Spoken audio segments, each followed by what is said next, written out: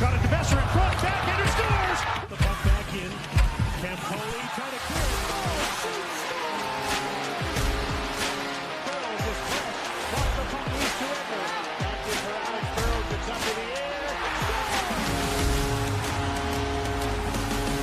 And now McKinnon the side. No!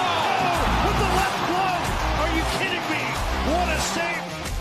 Hey, Canucks Nation, Brandon Alston here, play-by-play for the Edmonton Canucks. You've got it locked in the line change, the Vancouver Canucks podcast.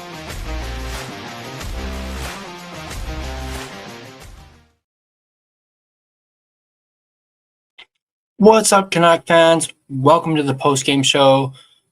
Oh, geez. Wrong layout. Wow. There we go. That's better.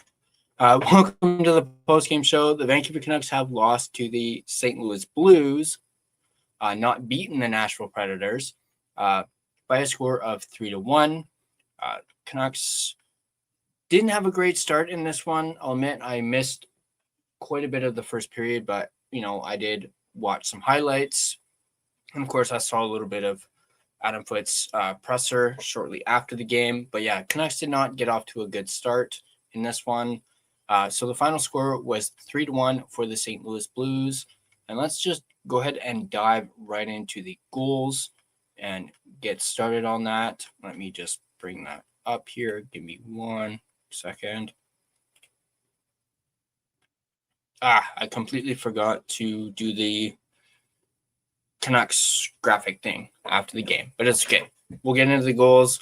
So, of course, no goals in the first period, but St. Louis would strike first on a bit of an odd one. Pius Suter would score his 11th of the season, assisted by Robert Thomas and Dylan Holloway at 10:17 of the second period to make it 1-0. Again, this was a bit of an odd one. They did kind of look at this to see if they might call it back. And, of course, prior to this, a goal actually got called back against the Blues. They had originally scored to make it 1-0, but they ended up calling the goal back due to goaltender interference. And then shortly after, Pius Suter would score his 11th, as I mentioned, assisted by Thomas and Holloway at 10:17. And then about a minute or so later, Pavel Buchnevich would score his 16th of the season, assisted by Broberg and Mailloux at 11:36 to make it a 2-0 lead for the St. Louis Blues. Moving forward to the third period, Filip Hronek would score his 8th of the season on the power play, assisted by Elias Pettersson and Marco Rossi at 8:32 of the third period. So once again, Marco Rossi gets an assist, continues his point streak, continues to be hot for the Vancouver Canucks, getting yet another point. I know it was just the 1 point, but still a point nonetheless. That, of course, cut into the Blues' lead and made it a 1-goal lead. And then at the end there, Jordan Kyrou on the power play into an empty net, his 16th of the season, assisted by Buchnevich and Mailloux at 19:12 of the third period. And that was what basically sealed the deal for this game. Once again, final score 3-1 for the St. Louis Blues. Let's take a look at the game stats here. So I can't even see what the shots are. Crud. Here, we'll do this. The subscriber count is in the way. So let me just quickly do this. There we go. Now I can see. So the final shots in this game, 21-15 in favor of the St. Louis Blues. Face-off percentage, Canucks were a 67.4%. So they were 29 for 43. The Blues were a 32.6% on the face-off, 14 for 43. So the Canucks really kind of dominated on the face-off circle. Power play, 33.3% for the Blues and a 50% for the Canucks. Canucks, of course, went 1 for 2 on the power play, while the Blues went 1 for 3. Hits were 26-18 in favor of the Canucks. Block shots were 16-15 in favor of the Canucks. 14 giveaways for the Canucks, 13 giveaways for the Blues. And then it was, I can't actually see what that is. Hang on. What is going on here?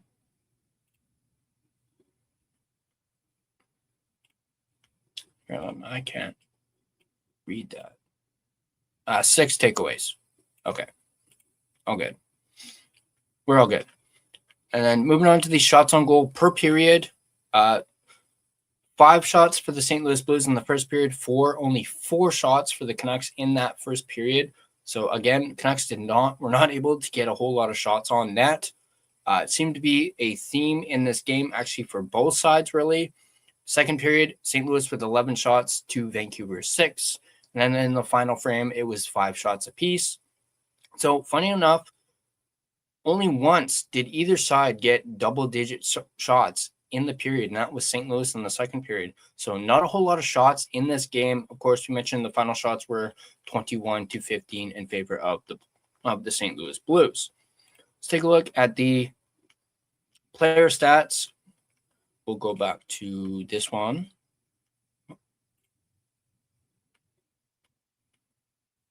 There we go. So ice times are actually crap. I was still blocked. Damn it. Sorry, guys. I'm not having a good one here. All right. So Brock Besser, a -1, 18 minutes and 55 seconds of ice time. I still can't freaking read that.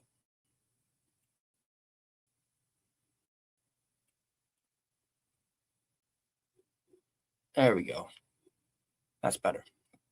So as I said, Brock Besser, a -1, 18 minutes and 55 seconds of ice time, 2 shots, 1 hit. Drew Connor, a -1, 16 minutes and 34 seconds of ice time, 4 shots, 3 hits. Niels Höglander, 10 minutes and 39 seconds of ice time with 1 shot, 2 hits. Elias Pettersson had an assist, -1, 15 minutes and 6 seconds of ice time with no shots on goal, 1 block, 1 hit. Curtis Douglas, who was once again back in the lineup, 11 minutes and 21 seconds of ice time, 3 blocks, 2 hits. Teddy Bluger, 15 minutes and 24 seconds of ice time. Atu Ratu, 12 minutes and 57 seconds of ice time, 4 hits for Ratu. So Ratu once again throwing the body a little bit. Jake DeBrusk, 13 minutes and 19 seconds of ice time. So it looks like DeBrusk's ice time was really down, although I believe DeBrusk was on the 3rd or 4th line. 1 hit. Evander Kane, 15 minutes and 31 seconds of ice time with 3 hits. Liam Ogren was a -1, 15 minutes and 24 seconds of ice time with 1 hit. Marco Rossi with the assist. He also was a -1, 17 minutes and 41 seconds of ice time with 1 shot, 2 hits. And then you had Linus Karlsson, who was a -1, 13 minutes and 44 seconds of ice time with 2 shots, 1 block. So there you go. Moving on to the defensemen.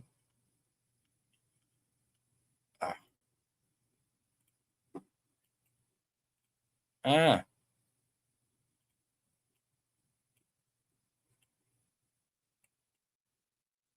we go. Tom Willander, 18 minutes and 2 seconds of ice time with 4 blocks. Philip Hronek with a goal in this one, -1, 26 minutes and 28 seconds of ice time, 2 shots, 2 blocks, 3 hits. Zeev Buium, a -1, 23 minutes and 36 seconds of ice time, 2 shots, 1 block. DPD was a -1, 14 minutes and 49 seconds of ice time, 1 shot, 1 hit. Marcus Pettersson, 21 minutes and 24 seconds of ice time with 3 blocks. Victor Mancini, the newly re-signed, or I should say extended Victor Mancini. We'll be talking about that in our Nucks report coming out on Monday. 13 minutes and 56 seconds of ice time with 1 block, 2 hits. And of course, Kevin Lankinen, 18 saves on 20 shots. He had a 900 save percentage.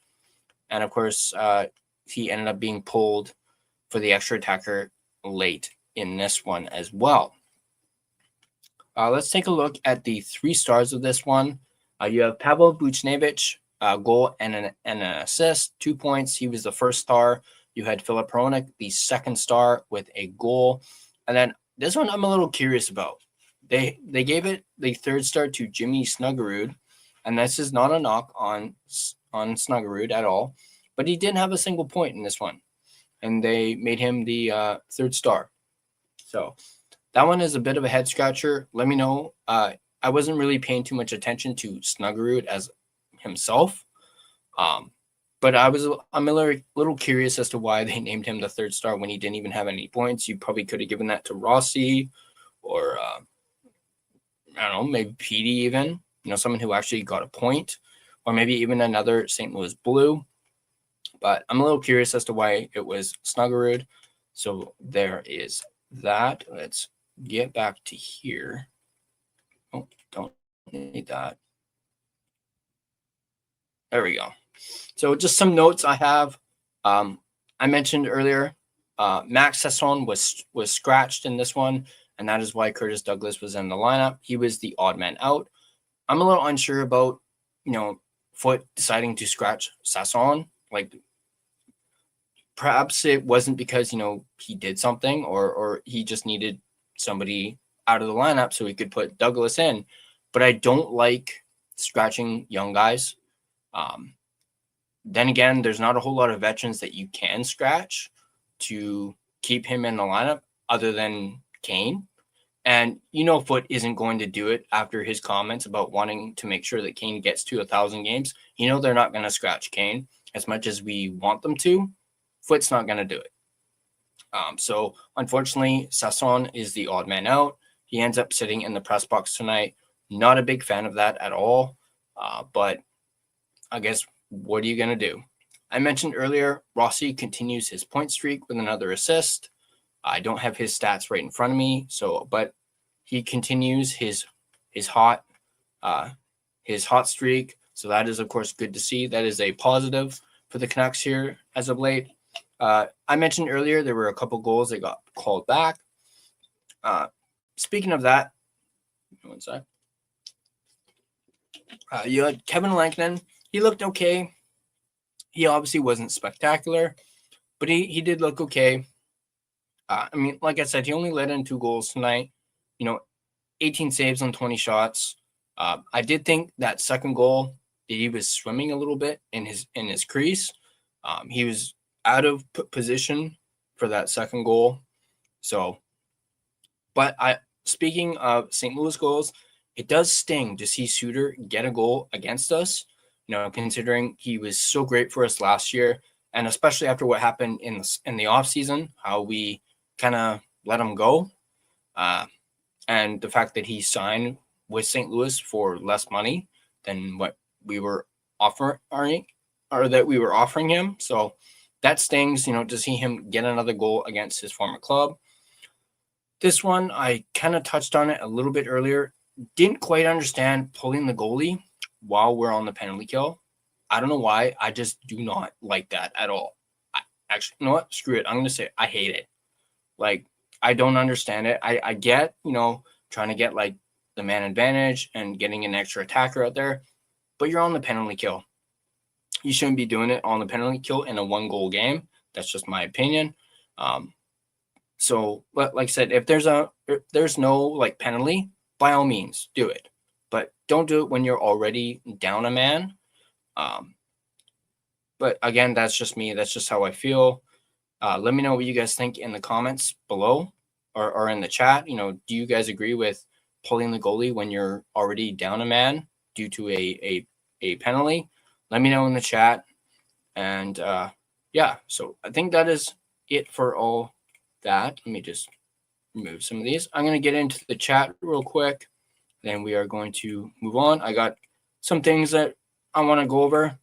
Once again, as what was mentioned in our last post game, I'm going solo tonight. Gerald was actually at the game tonight, and he's out tonight, so I will be doing this solo.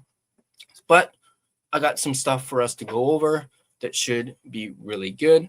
But first, let me get into chat, as I see there's a bunch of chat going on in here. Rain's in the house. Good to see you, Rain. Big Brain Rain. Duolingo. Good to see you. Early post-game show, Omega Hype. Yeah, finally, a non-After Dark post-game. So let's go. I actually bumped it up by an hour, as originally I was going to do this at 8:30, just because I wanted to give myself enough, wiggle room to get everything done. And the game ended earlier than I expected. So I was like, you know what? We're going to go live an hour early. So why not?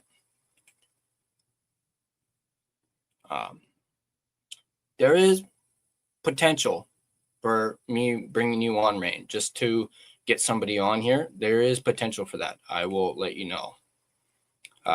As I just mentioned, Gerald is not going to be here tonight. He will hopefully be back for the next post-game show on Tuesday, hopefully. So we shall see about that. Rain says, interesting that Pew Suter's stat line after tonight is at half in terms of points compared to last season. With the Canucks, he had 25 goals, 46 points last season. This year, he's at 11 goals and 23 points. Yeah, definitely a not as great of a season for Suter this year as he had last year. Again, I haven't been paying too much attention to the Blues, so I'm not sure if it's, just who he's playing with or if, last year was a bit of an outlier. And Irvin says, well, the Blues are no juggernaut. Very true. He's also on the fourth line right now. I believe he's mentioning that is Suter. So Suter is apparently on the fourth line. So that might be why his points are where they're at, is because he's playing fourth line minutes. Mind you, St. Louis is pretty stacked in the top six. So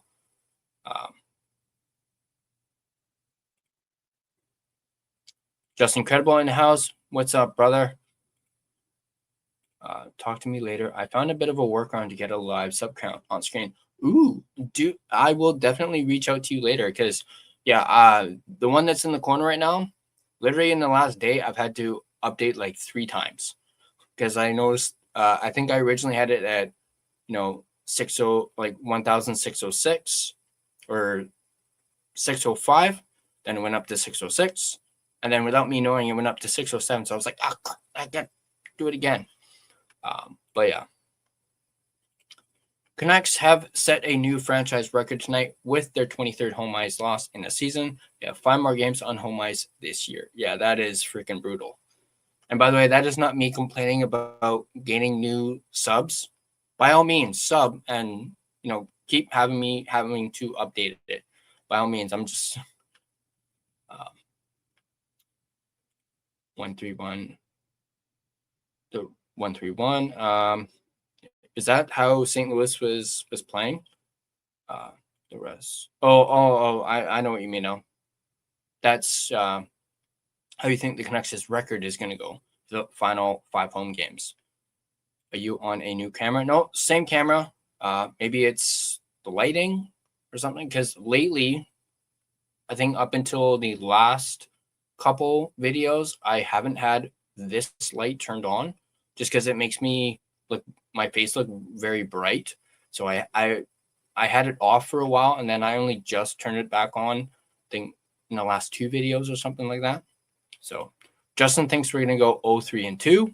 So he doesn't think we're going to get a win on home ice again, which is very fair to say. Hey, SGA, how's it going? How about have control of the puck before pulling the goal?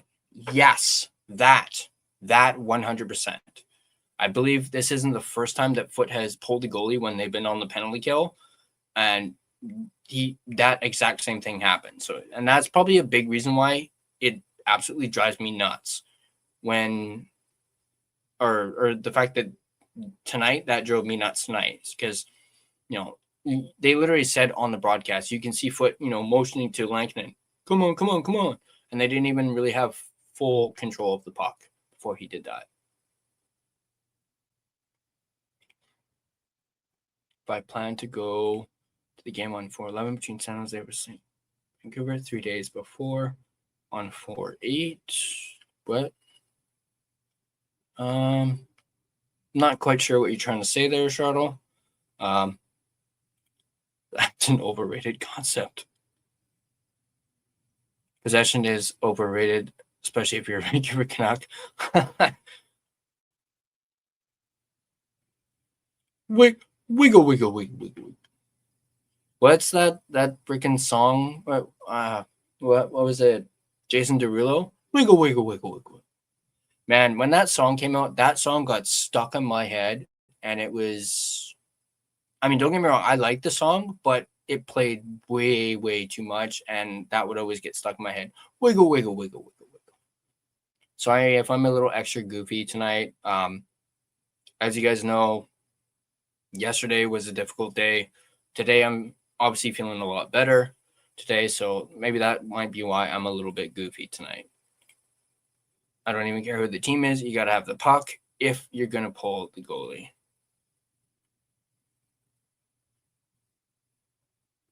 Oh, okay. All right. Let me or Gerald know, Chartle, about that.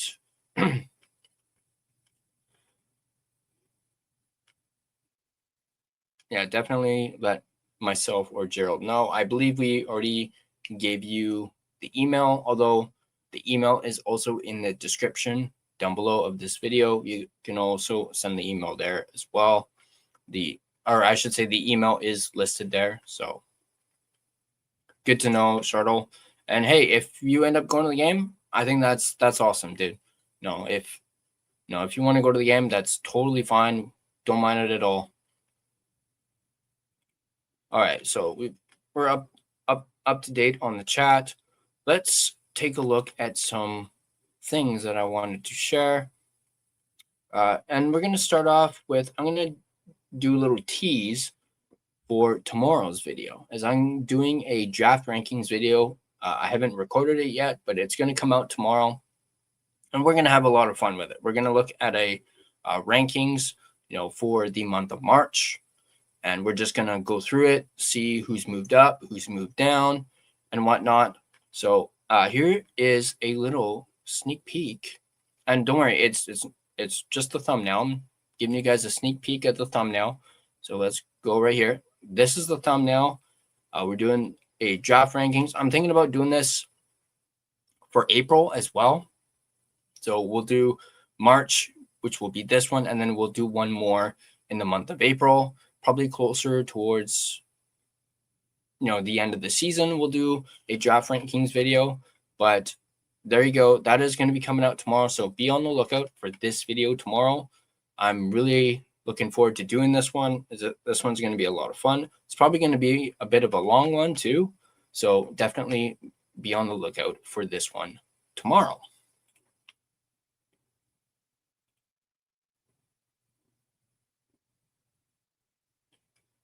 And on April 11th, it's Fan Appreciation Night. So yeah, definitely, Charlotte. If you really want to go to that game, by all means, go for it. By all means, especially if it's Fan Appreciation Night, absolutely go. Trust me, Gerald and I would not feel bad at all if you decided to go to that game.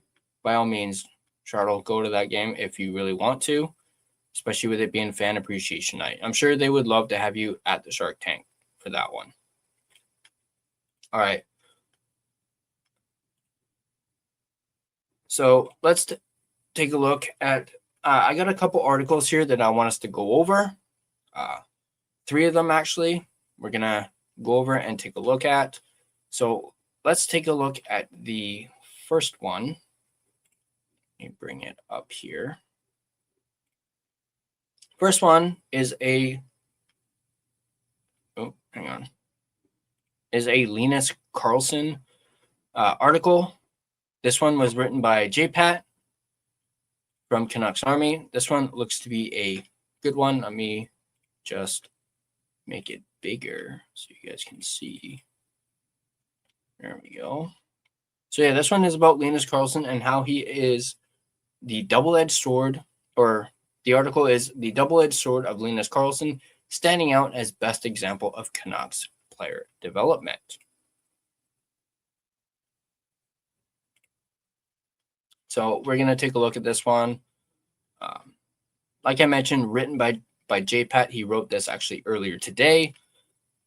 And he goes on to say, in a season full of darkness, Linus Karlsson's emergence as an everyday player and contributor has been a bright spot for the Vancouver Canucks. And without question, Karlsson serves as the poster boy for the organization's modern-day player development department. A key cog in Abbotsford's run to the Calder Cup Championship a year ago, the 26-year-old Swede spent 2 full seasons on the farm after making the jump to North America at the outset of the 22-23 hockey season.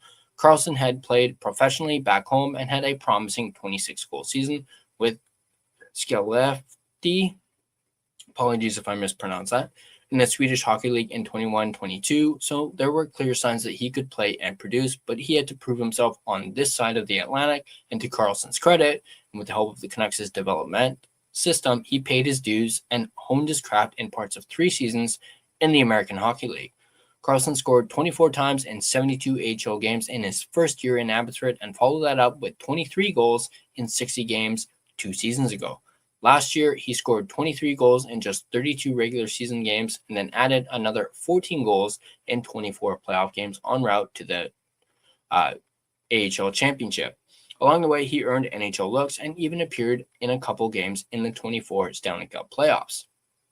The numbers at the minor league level were impressive, but offered absolutely no guarantee that they translate to the National Hockey League. And yet, on Thursday night, Karlsson scored his 13th goal of the season and recorded his 30th point in limited ice time in the 65 games he's played. He leads all Canucks scorers this season with 27 even-strength points. His steady growth and production at the NHL level earned Karlsson a 2-year, $4.5 million contract extension in early January, which should pave the way for full-time employment with the Canucks as they go about their organizational rebuild. There was a time not that long ago that Karlsson was part of a group that included Max Sasson, Archie Bains, and Neil Zaman.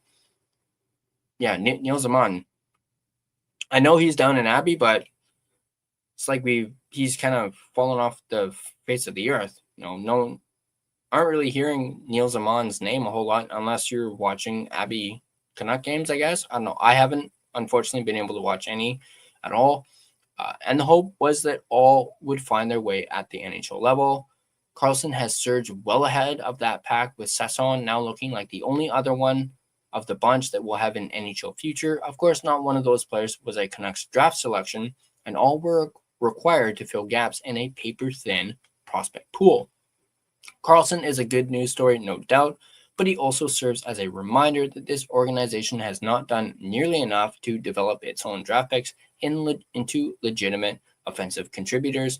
And with all due respect to Linus Karlsson, the Canucks simply need to do a better job with future prospects so that a player drafted by another organization, San Jose 3rd round 2018, doesn't stand as the beacon of the team's development program for many more seasons to come. As the Canucks continue to stockpile draft picks with an eye to the future, it is paramount that they turn some of their second-round picks into more than just depth pieces for the NHL team. They absolutely have to crush their first-round picks and hope that there are some true game breakers on the way. Those players will likely bypass the minors, as many of the Canucks' first-round selections did. Bo Horvat, Brock Besser, Elias Pettersson, Quinn Hughes, and Tom Willander have over the past dozen years. Among recent picks, Jonathan Lekaramaki is the exception, and he remains a significant test case for the organization's player development program. He certainly hasn't arrived as a full-time NHL player yet. There's no guarantee that will happen next season. Last June's first-rounder Braden Coots may yet find himself on the farm and in the clutches of the development staff. As time winds down on a dismal season, the Canucks are in no position to sell hope to the beleaguered fan base because there is so little on the Abbotsford roster in the way of true prospects that warrant a late March or early April call-up from the farm. Ty Mueller may get another shot, and perhaps Sawyer Minio will earn his first NHL call-up, but over the next couple of seasons, as the big league club flounders to find its way back to respectability, the Canucks need to find a way to turn a significant number of draft picks into prospects that can someday help the big club. Linus Karlsson should serve as a reminder to many of those young players of what is possible with perseverance and determination and the ability to be ready when opportunity knocks. But 3 years from now and 5 years from now, Karlsson can no longer stand alone at the top of the Canucks player development pyramid, or something will have gone sideways with the club's rebuild. So great article from JPat. Definitely check it out. Really good read. Talking about Karlsson and how he's really stood out as the lone, example for the Canucks player development. I'm personally a big fan of Karlsson. He absolutely earned that payday that he got, that $4.5 million contract. Absolutely earned it. He was fantastic for Abbotsford last year. and even more amazing in the playoffs for that team. I think now, correct me if I'm wrong, I believe Carlson still has the record for, goals for the Abbotsford Canucks, like not in a season, but like, career for the Abbotsford Canucks. Once again, correct me if I'm wrong in that, but I believe he got that last season. So yeah, that is the article. Don't worry, we are going to go over another one. I'm going to pop back into the comments because I see a bunch of them in here.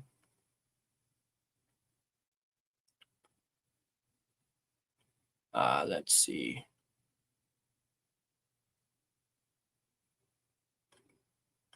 Where am I? SGA had a question. Which players would you like to get in the 2026 NHL entry draft from Buffalo? Are there any players you want to get, or are you winging it? Well, I'm glad you asked that, Shuttle. Obviously, Gavin McKenna, that's a definite. If we do get the first overall pick, it's got to be Gavin McKenna for me. In a video the other day, I talked about the Ruck twins. Those two guys are someone who I really want, and I do feel as though the Canucks have a very good chance of drafting both of them, even with the picks that they have now. I mean, if they happen to get maybe one or two more first-round picks, it would increase those odds even more. So definitely McKenna, the Ruck twins, Caleb Malhotra is another big one for me, especially if the Canucks do end up drafting third overall. Like if they end up dropping to third, you got to take Caleb with the third overall pick. I just feel as though, and this is just me, they don't need a defenseman. They already got a bunch of young defensemen in the system. You got Tom Verlander, you got Z Bouillon, you got DPD, you got Kirill Kudryavtsev, you got Sawyer Minio. I think you're pretty good on defensemen, at least for this year's draft. So you got to go with Caleb Malhotra. He is, without a doubt, the best player available at that third overall spot. And again, that's just my opinion on that. Plus, Canucks could really use the center depth. That is by far their weakest position right now is their center depth. And you add Caleb Malhotra, plus obviously, the feel-good story too about, drafting Caleb Malhotra. His dad coaches in Abbey. Hopefully one day Manny ends up coaching the Vancouver Canucks and ends up coaching his son. I just feel that's a feel-good story. But yeah, those are some of the names that I would want the Canucks to draft in this year's draft. And remember, they got 10 picks in this draft. So, and we haven't even really looked at, the second round or third round or fourth round. I know everyone's eyes are on the first round and especially like the top 10, but not a whole lot of people are talking about the, second round, third round, fourth round. So.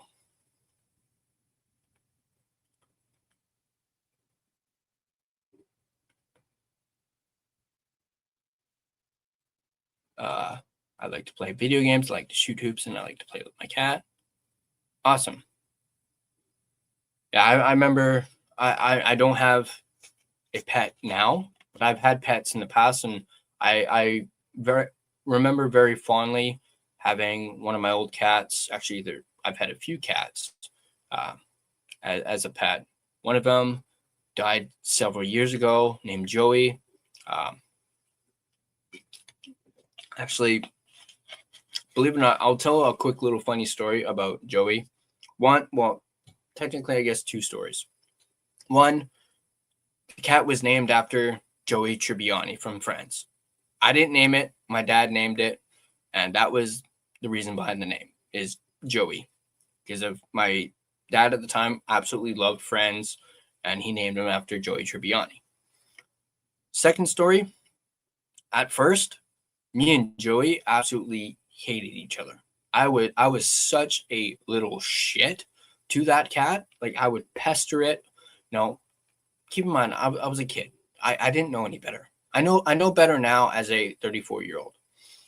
Back then, I did not know better. And me and the cat did not get along at all. I would always pester it. And I do remember this one very story.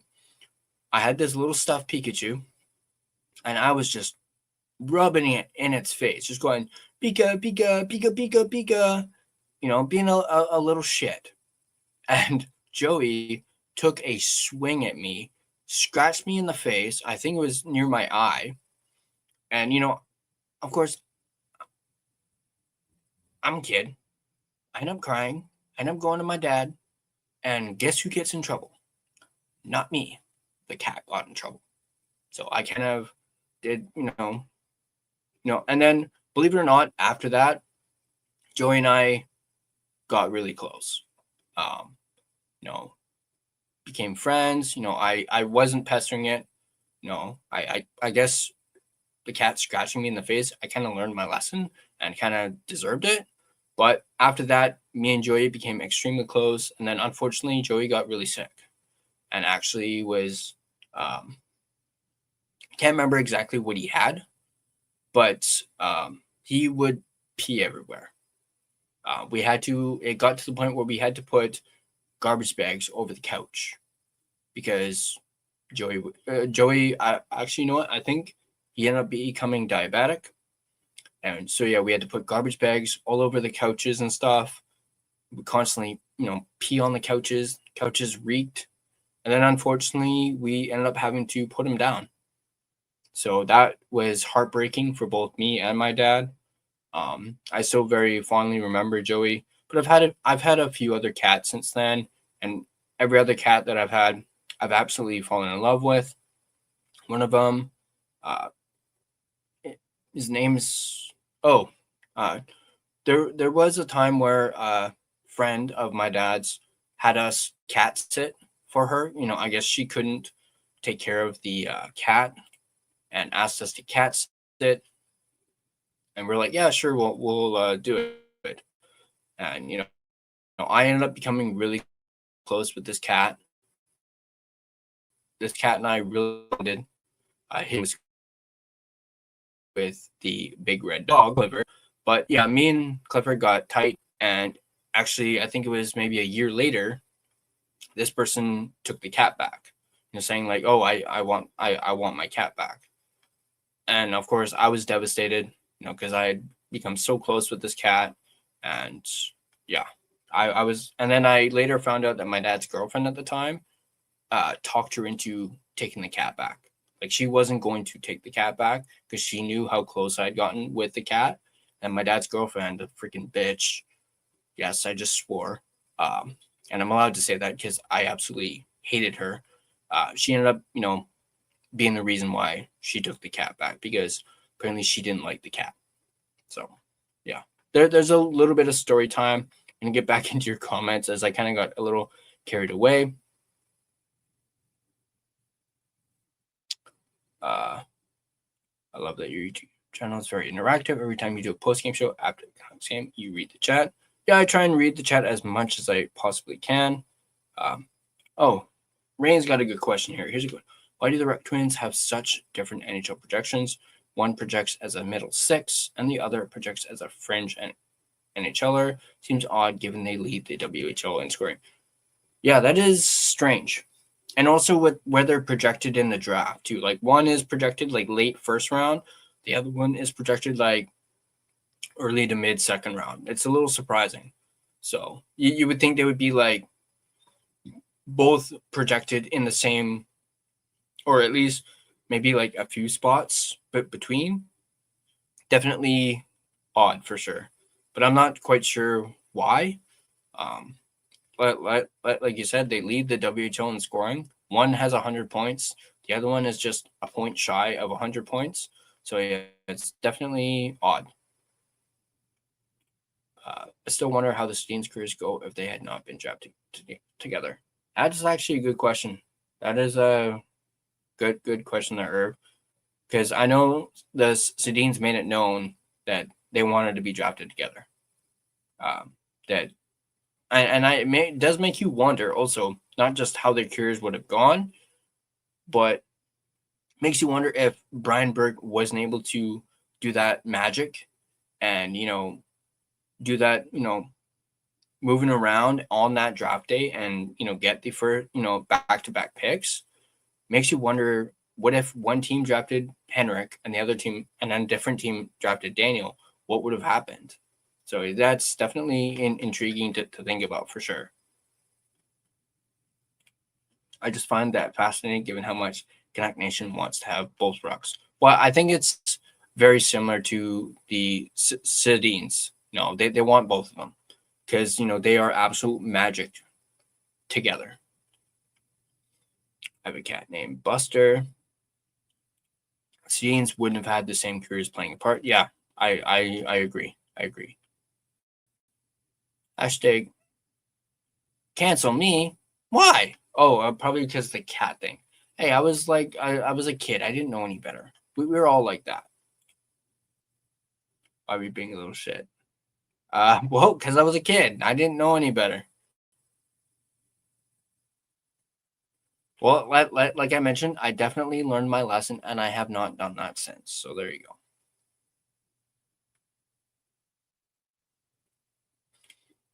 I will say this of the NHL prospects, they are teenagers, and the truth is people can guess how their lives will project, but nobody really has a clue. Yeah, definitely. All right, let's get into this next article that I wanted to talk about. And this one is about Rossi and Besser. Or rather, this one is titled Rossi has turned Besser's season around since the Canucks united them. I already talked a little bit about this in our Canucks on Rock video, Besser and Rossi chemistry. But we're going to go ahead and take a look at this. Let me just bring it up.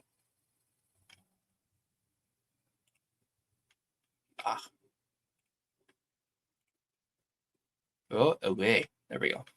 So this one is written by Beggsy, Trevor Beggs. This one was actually written yesterday. So I wanted us to check.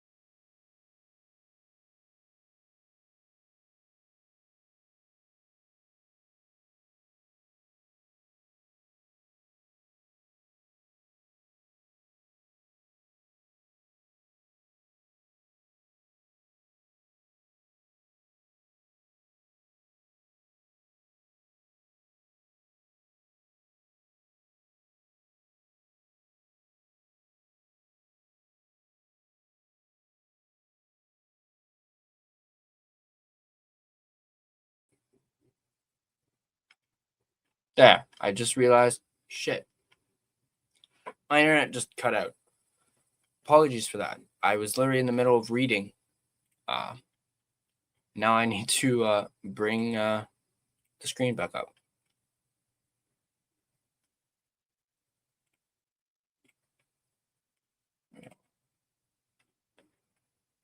I only realized it because I heard the little sound when my internet cuts out. So there you go. So where was I?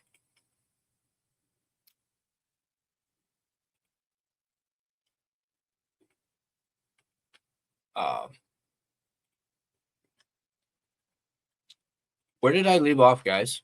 What was the last thing you guys heard? Let me know in the chat if you guys are still here. Once again, apologies for the internet cutting out.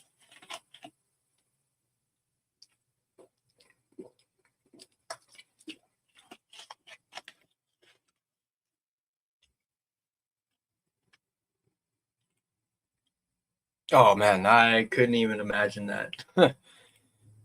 Oh, I hadn't even started the article yet. Okay, so I'll start from the beginning. So this article, as I mentioned, hopefully prior to my internet cutting out, talks about Rossi turning Besser's season around since the Canucks united them. I believe I mentioned that this article is written by Begsy. I'll try and be a little fast with this too, in case, well, hopefully, fingers crossed, this doesn't happen again. But it says here, if it were even possible, Marco Rossi was perhaps a forgotten man following the blockbuster Quinn Hughes trade. While Zeev Buium and Liam Ogren showed early flashes of being promising NHL players, the same wasn't initially true for Marco Rossi. The Austrian center battled through an injury and registered a measly 2 points in his first 10 games for the Canucks. That, of course, all changed in March. The 24-year-old leads all Canucks this month with 4 goals and 12 points in 9 games, make that 13 points.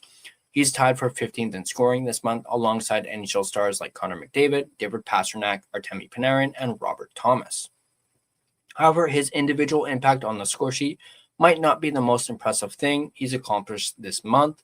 The bigger achievement might be that he's helping salvage a nightmare season for Brock Besser. The 29-year-old hasn't lived up to his new 7-year contract worth a total of $50.25 million.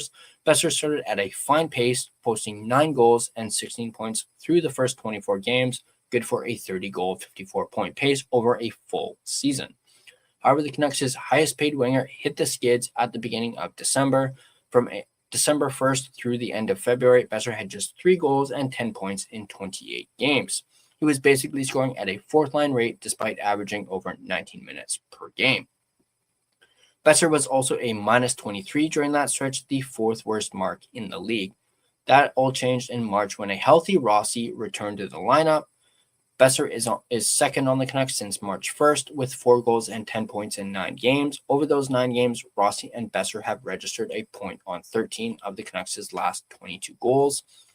Rossi is just getting more comfortable with our systems, Besser said recently, sticking with the same line mates. I think that's helping.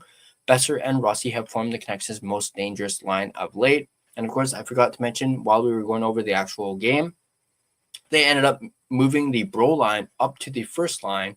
So they bumped Pedersen's line down to the second line. I forgot to mention that in my notes. But I was actually quite surprised that Foote decided to do that. Not that I was complaining, because the Bro line absolutely deserved to see some first line minutes. Absolutely. The good news about their success is that they may just be getting started. I thought our first few games together, me, him, and Liam, weren't great. And then the last few games, I thought we've been a lot better, creating chances and reading off of each other. So I think the chemistry is coming. Head coach Adam Foote credits Besser with helping that line mesh together. We give Bess a lot of credit. Foote said last week he's been here for 3.5 years with the talk and the systems, so he's good at supporting the line and helping them out. It's helping Marco and Liam get there quicker. While Ogren hasn't been as productive as his line mates, he provides an element to that line that wouldn't be considered a strength for Rossi nor Besser. He brings the speed, said Rossi. He goes on the forecheck really hard, and when he gets the puck, he finds us and he tries to get open. So can the newly formed Bro line be something for the Canucks beyond the season? That remains to be seen, but based on the fact that Rossi and Ogren were key parts of such a massive trade, coupled with Besser being locked up long-term, the potential is certainly there. It's clicking game by game. Rossi said it's getting better. The chemistry is coming. Is coming. Everyone is bringing something different to the line, and I think that is the key. So there you go. There's that article.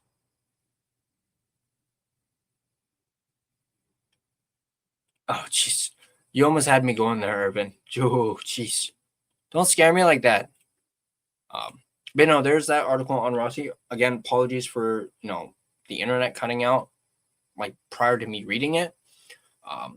Perhaps I might have too many things open, although I only have 3 tabs, which includes the stream. So, but I'm about to close one of those tabs, so hopefully this doesn't happen again. Also, I'm going to bring up the tankathon. We're gonna do the tankathon thing. So we're definitely gonna do that. Hopefully, again, nothing gets screwed up for that, but I haven't loaded that yet, but we are definitely going to do that, and we will do it until the Canucks land on first. And if it takes forever, we'll do it. So there's that. And then perhaps I'll kind of see if we can show some post-game availability with, Foot. I saw Irvin mentioning something about Hronek. We'll maybe try and play some of that as well, if fingers crossed it works. But let's take a look at this third article that I wanted to go over. And this, also from the Daily Hive, is called, let me just get it up here, is called 7 Players the Canucks Could Draft If They Lose the Lottery. Now, of course, earlier we were talking a little bit about who should the Canucks pick. Hopefully everything's going okay. I'm moving a little bit slow, but there we go. So yeah, we're going to take a look at this one. This one I have already previously read. It mainly talks about guys in the top 5, I think. So they don't really go past the top 5 picks. So they don't really show anybody new that we're not already aware of in this one, unfortunately. But I still thought it was an interesting article nonetheless. Once again, this one's written by Begsy. This was written yesterday. And I actually thought of doing a pre-recorded video for this one, but ended up not doing it. So I figured we'll react to it right here in the post-game show. So let's go ahead and take a look at this. That is, of course, Caleb Maholcha in that picture right there. But let's go ahead and check this one out. Dreaming about winning the draft lottery is therapeutic. Unfortunately, those draft lottery dreams have never turned into a reality for Canuck fans. While it's enticing to daydream about the choice between Gavin McKenna and Ivar Stenberg, the cold, hard reality for Canucks fans is that picking in the top 2 isn't the most likely outcome. The Canucks have a 43.7% chance of landing one of the top 2 selections in the 2026 NHL draft, meaning the most likely outcome is that they'll draft 3rd overall with 56.3% odds of doing so. So, what should the Canucks do if they slide to 3rd overall? There isn't a clear-cut choice for the Canucks, but here are 7 players who are worthy of consideration. First up is Keaton Vierhoff, a right-shot defenseman, 6'4", 212 pounds, from North Dakota, currently playing for North Dakota in the NCAA. In 33 games, he has 6 goals, 14 assists, good enough for 20 points. I do know Vierhoff has kind of slid down a little bit. He's not as high. But it says here, Keaton Vierhoff has been the consensus number 3 overall choice for most of the year. However, he's begun to slide down the draft rankings, as I just mentioned, with the 6'3" defender ranking as low as 6th overall, according to some scouts. So it's hard to ignore the fact that Vierhoff has been a productive defenseman in the NCAA, even though the 6'4", 210-pound defender is one of the youngest players eligible in the 2026 draft. Some have compared his game to Aaron Ekblad. Number 2 is Chase Reed, another right-shot defenseman, 6'2", 187 pounds, playing for the Sioux Greyhounds in the OHL. In 43 games, he has 18 goals and 30 assists, 48 points.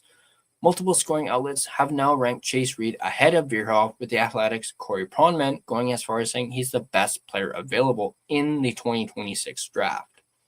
The 6'2" defender is being lauded as having a very strong transition game along with decent offensive instincts. Whether it's Veerhoff or Reed, the Canucks could be set on the right side for years to come with the combination of Tom Willander and either of the two highly touted defensemen. Next up, at number 3, we have Albert Smits, who is a left shot defenseman, 6'3", 205 pounds, currently playing for Jukurit from Liga. In 38 games, he has 6 goals and 7 assists, good enough for 13 points. So I know you look at that stat line and you're like, how is this guy ranked 3rd? I'm honestly kind of thinking that myself right now. Like, what's so special about this guy? Well, let's find out what is so special about this guy. Only 30 Latvians have ever played in the NHL, and 6 of those have either played or been drafted by the Canucks. Could Albert Smits be the next? The 6'3", 205-pound defenseman has authored an impressive season, shining for Latvia at the World Juniors before representing them at the Olympics. He also had similar production to Miro Heiskanen in Finland's Liga at the same age, although his skating isn't on that level. Some scouts are drawing comparisons to Jacob Chychrun. Smits also has some confidence, and rightly so. So them drawing comparisons to Jacob Chychrun, and we know how good of an offensive defenseman Chychrun has been, at least the last couple years. So okay, that kind of, makes me kind of be like, interesting. With Jukurit's season over in Finland Liga, Smits is currently on loan to EHC München for the DEL playoffs in Germany. Next up at number 4, we have Carson Carols, another left shot defenseman. We're starting to see a bit of a pattern here with the defensemen here in the top 10. 6'2", 194 pounds, plays for the WHL's Prince George Cougars. In 57 games played, he has 20 goals, 53 assists, which is good for 73 points so far. Much like the choice between Veerhoff and Reed could solidify Vancouver's right side for years to come, there's a similar argument for a potential decision between Smits and Carson Carols. The Cypress River, Manitoba native is another late birthday in this draft class, June 23rd, 2008, who's already 6'2" and plays a physical brand of defense. He's also been productive with 73 points in 57 games for the Prince George Cougars this season. Tynan Lawrence coming in at number 5, who is a left shot center, 6 foot, 185 pounds from Boston University for the NCAA. 2 goals, 5 assists in 18 games played, 7 points. The bar was high for center Tynan Lawrence entering the season as the youngster was named playoff MVP in the USHL season last year. He scored at over a point per game clip and played in all situations. Before leaving for BU, Lawrence continued to shred the USHL with 10 goals and 17 points in 13 games. Hype around Lawrence dropped the season as he transitioned to the NCAA mid-year, where he had a pedestrian 7 points in 18 games. However, 5 of those points came in his last 6 games, suggesting perhaps that one of the youngest players in the draft, born August 8, 2008, was beginning to figure it out at the college level. Coming in at number 6, and my choice, as I mentioned before, left shot center Caleb Malhotra, 6'2", 183 pounds, playing for the Brantford Bulldogs in the OHL. 29 goals, 52 assists in 65 games played, 81 points. The son of current Abbotsford Canucks head coach Manny Malhotra is seen as one of the top centers available in this year's draft, if not the top center.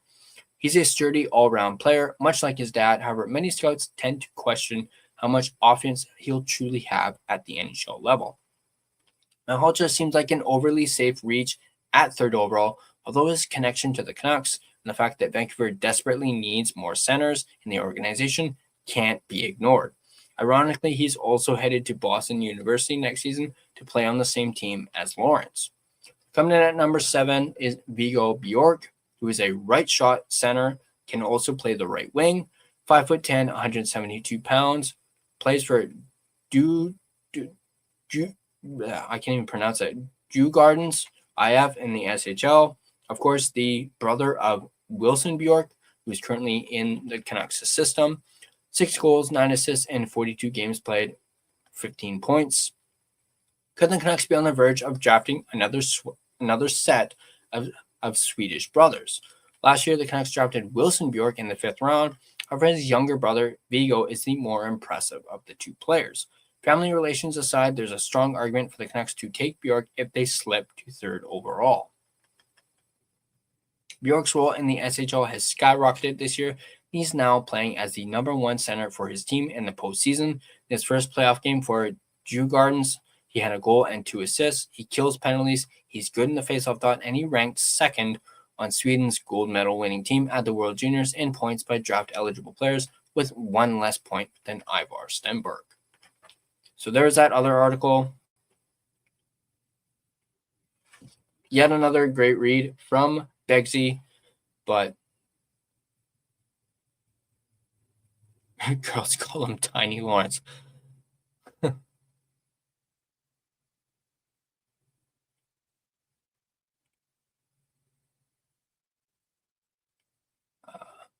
I really want McKenna badly. Yeah, me too. Need first. I feel Calgary would take him first too. Yeah, I'm also scared that Calgary might snag Caleb.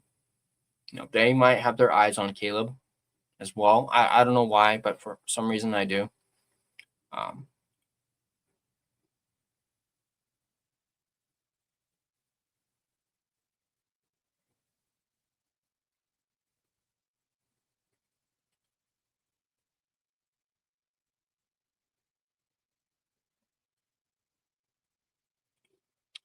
Talking about drafting for position, not a fan of it, especially given the stakes with this particular draft. KK should be cautionary tale why you don't draft a position. Yeah.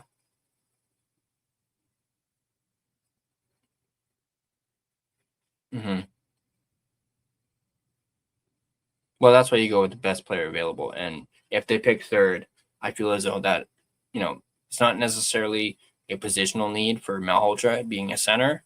It's best player available. And I feel as though once you get to 3rd, best player available is Caleb.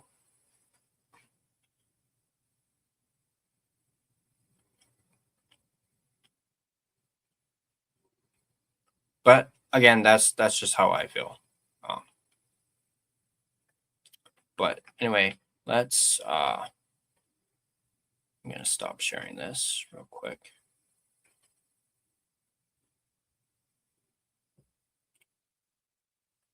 And then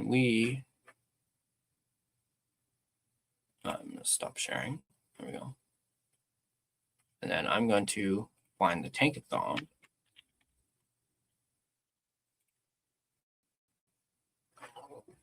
And we're gonna, yeah, that's fair too, Irvin. With Veerhoff having been 3rd for most of the year, but he's like what's mentioned, he's kind of dipped quite a bit.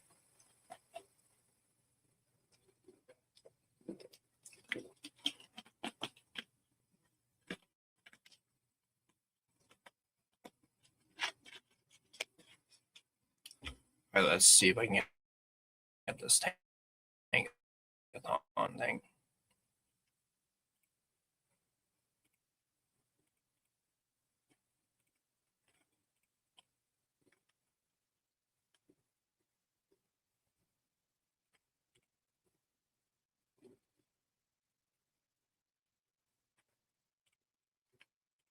That is a very fair point, Rain, to make. Sorry, I'll bring up your comment in just a second here. I just want to make sure I get this up. Come on. There we go. Yeah, Rain, that is a very fair point to make. Very fair point.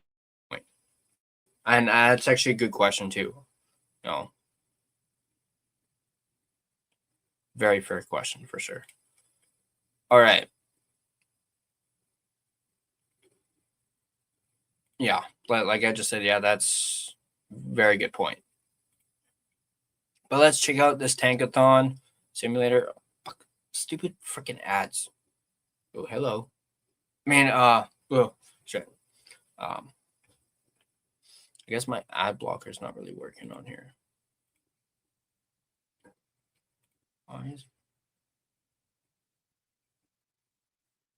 Oh, it is on. Yeah, ads are still popping up on here. Jeez. All right, let's do this. You guys ready? Give me a little countdown in the chat. We'll do 3, 2, 1, and then we'll do it.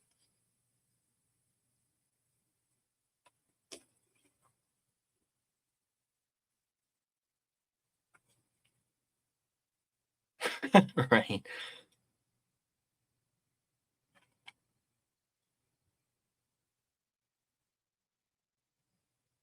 One. I wish I could move these freaking ads. All right. God damn, these ads are in the way. And we were literally just talking about the Canucks likely to drop down to third.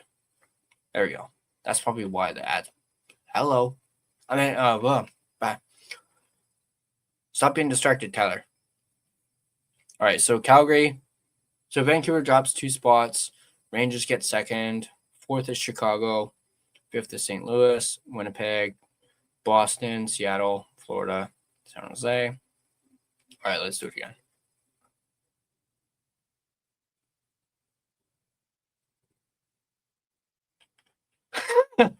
I have no clue, man. All right, let's go see. Let's try this again.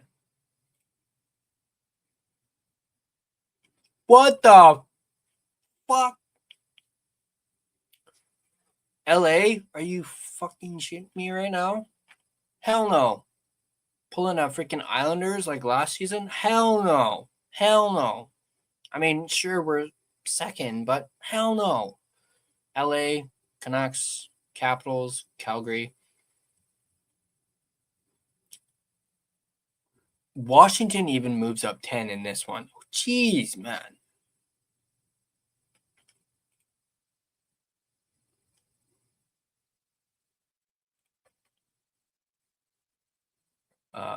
Let's do it again. Woo! Oh, geez. Florida moved up to second from 7th in this one. And they had 5% odds for first overall. And 5% odds to jump. Wow. So you go Vancouver, Florida, Calgary, Chicago, Rangers, St. Louis, Winnipeg, Boston, Seattle, San Jose, LA, New Jersey, Washington, Philadelphia, Islanders. Wouldn't that be poetic though? The Canucks get first overall, and the Islanders are in the same spot we were in last year after they jumped up 10 spots last year. That would be a little irony right there.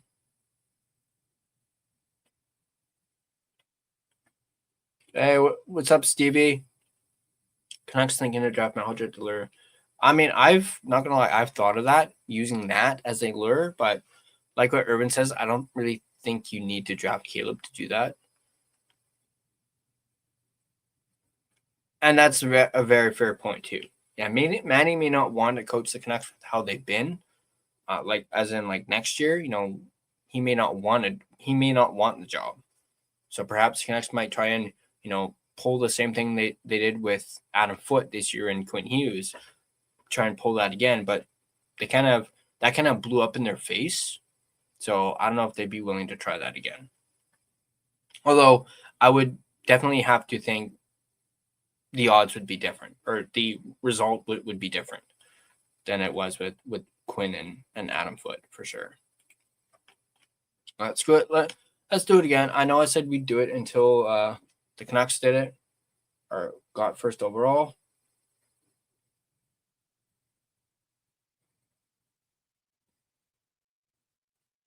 So, sorry, just email. Let's do it again. Let's see how many times the Canucks can get first overall. Bah. Rangers move up 3 spots.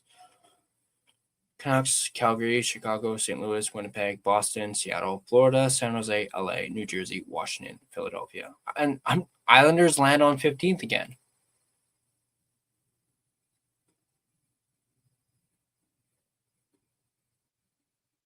Caleb is also legitimately earning his draft rank. Yeah, absolutely. 100%. All right, let's do it again.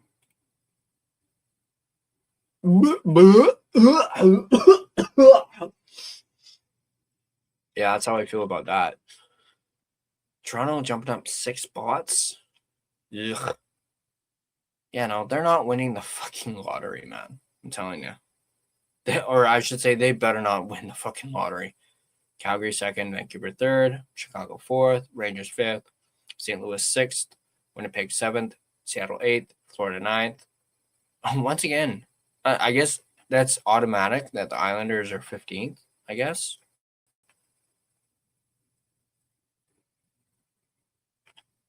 How's it going, Harry?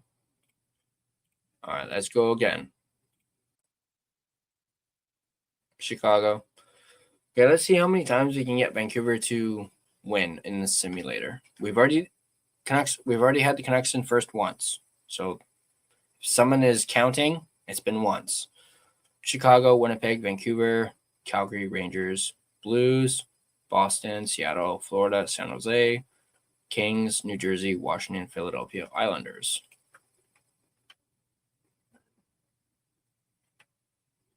Do we even need to play the rest of the games?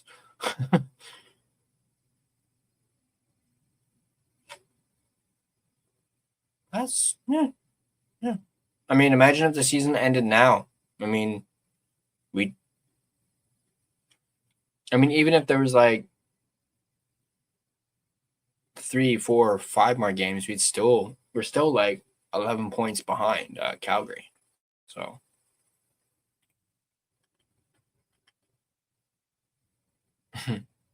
Canucks better get first overall or else it's rigged.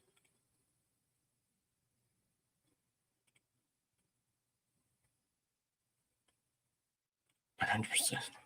All right, let's do it again. Yeah. Bah! Blech. Fuck off with Toronto, man. Leafs, Rangers, Canucks, Calgary, Chicago, St. Louis, Winnipeg, Seattle, Florida, San Jose, LA, New Jersey, Washington, Philadelphia, Islanders. Right again if we don't. All right, let's go again. Woo! All right, so make that twice now. Canucks, Rangers, Calgary, Chicago, St. Louis, Winnipeg, Boston, Seattle, Florida, San Jose, LA, New Jersey, Washington, Philadelphia, Islanders.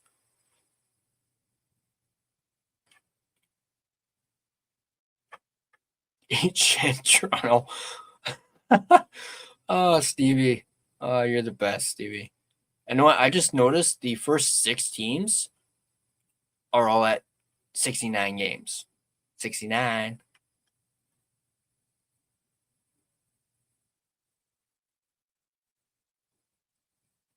Oh, yeah. That's a good point, Ray. I completely forgot about that. Bruins fans better hope Toronto doesn't win the lottery, given that if Toronto does, Boston gets their first-round pick next year. Yee. And who knows where Toronto will finish next year. Yeah. Click on create dates. No. I'm actually doing a good job of not looking in that direction. So on that note, let's do the lottery again. Florida. Blech.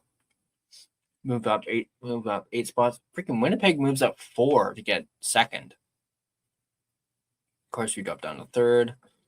Calgary, Chicago, Rangers, St. Louis, Boston, Seattle, San Jose, LA, New Jersey. Yeah, from 10 down, it doesn't change at all. Let's go again. St. Louis. Ugh. No thanks. Move up 4 spots. We move down 1. Calgary, Chicago, Rangers, Winnipeg, Boston, Seattle, Florida, San Jose, LA, New Jersey, Washington, Philadelphia. Islanders.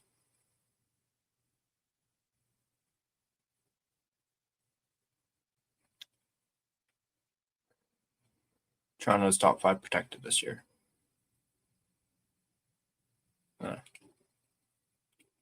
I cannot confirm nor deny that statement, Rain. Just thought I'd throw that out there.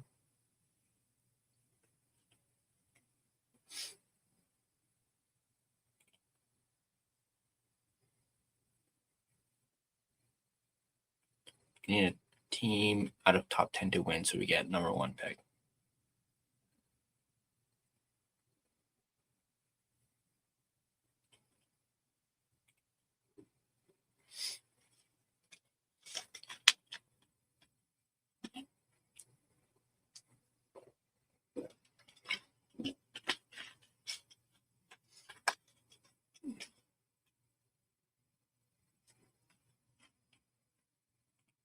All right, let's do it again. Rangers again. Rangers, Seattle moving up to second. Wow. Vancouver, Calgary, Chicago, St. Louis, Winnipeg, Boston, Florida, San Jose, LA, New Jersey, Washington, Philadelphia Islanders. Do it again. Woo! That's 3. Toronto moves up to second, though. And yeah, I know Toronto's top 5 protected. That's what that lock is for. Calgary, Chicago, Rangers, St. Louis, Winnipeg, Seattle, Florida, San Jose, LA, New Jersey, Washington, Philadelphia Islanders. Not gonna lie, it's kind of well, I don't know if Charlotte's still in here, but it's kind of nice seeing San Jose not picking in the top 5 for a change. Sorry, Charlotte, but I have to say it. It's kind of nice. I mean, you guys got Macklin a couple years ago, so it's nice to see you guys not picking in the top 3 or top 5 for a change. Boo. Boo for what? Is that what was that whoever the last sim was? All right, so we're up to 3 now for the Canucks. Getting picked in first. Ugh. Again, Kings moving up 10 spots. Florida moving up 7. I know Florida's top 10 protected. Calgary, Chicago, Rangers, St. Louis, Winnipeg, Boston, Seattle, San Jose, New Jersey, Washington, Philadelphia. Oh, and this one, San Jose actually moved down for a change.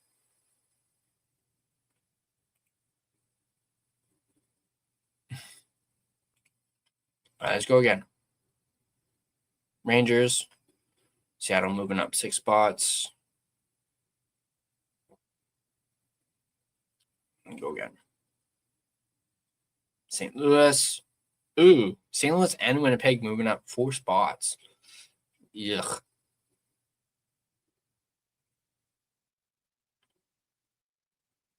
Again. Seattle moving up 7 spots. Again.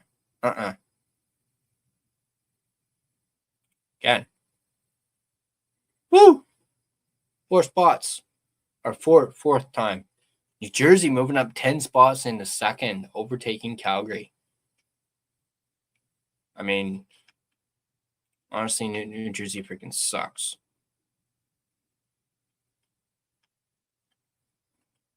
All right, I think I've done it enough times. Let's check out some post-game. Here, I'm going to remove this. I'm going to go back to here. And then I'm going to move on over to Twitter. Finally get rid of that Korea dates freaking thing.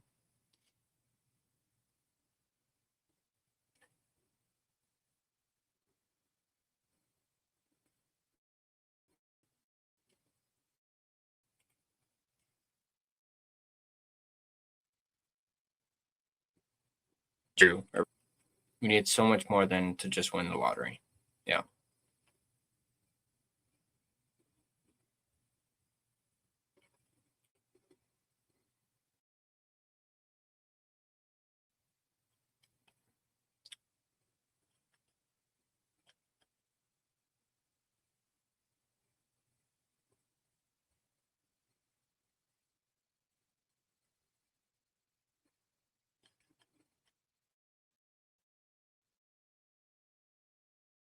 I think it's on.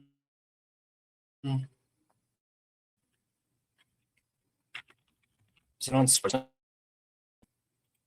Post.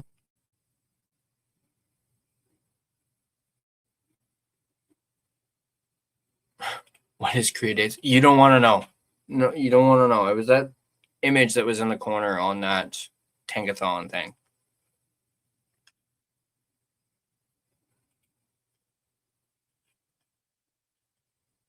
Okay, I don't see anything on Sportsnet. Let's take a look at the Canucks. The Vancouver Canucks. Oh yeah, there we go. I see it now.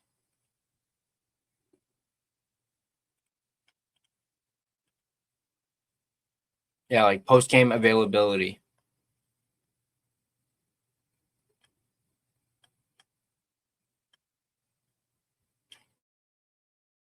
All right, let me bring this up now.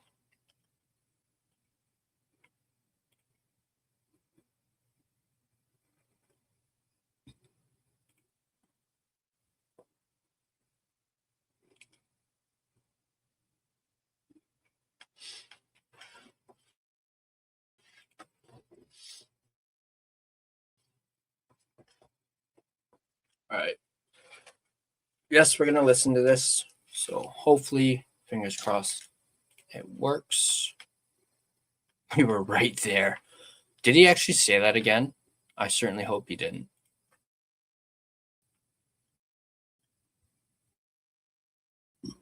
All right. Third period was our best period. We tried to push, didn't work, so that sucks. Why do you think you came out so flat? Why was it such a hard goal in first? Well, I don't think we came out flat in the first, always. I thought like our second wasn't great, and they scored goals there. So yeah, we have to get better in second period. Is that something what St. Louis was doing? I don't think so. I think we have to be better in the second period. Find a way inside. Yeah. Do you think you need to generate more shots as a group, and what can you do to test the other goalie more often? Yeah, I think more shots you have, more chances you get, right? So yeah, we have to put more pucks on net and try to create chaos. Which is a penalty on you. I don't know. I'm not sure if I'm allowed to comment. Did Rick give you any explanation after the fact? No. For Z William, looks like he's been playing with some more confidence, more zip over the past couple weeks. Have you seen the same thing from him? Yeah, he's moving his feet and making plays. So That was it's great to sexy. see that. What about Marco? He's been losing a lot of points the last games. What did he brought? Yeah, I mean he's playing amazing right now, and he's making plays all over the ice. And I think overall that line is working pretty good. Oh, you were not wrong about it being entertaining, Irvin.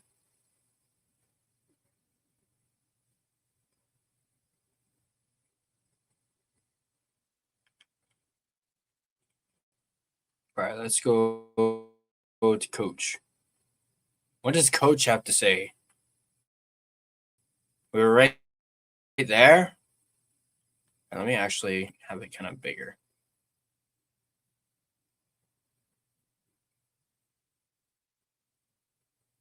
Hopefully it loads.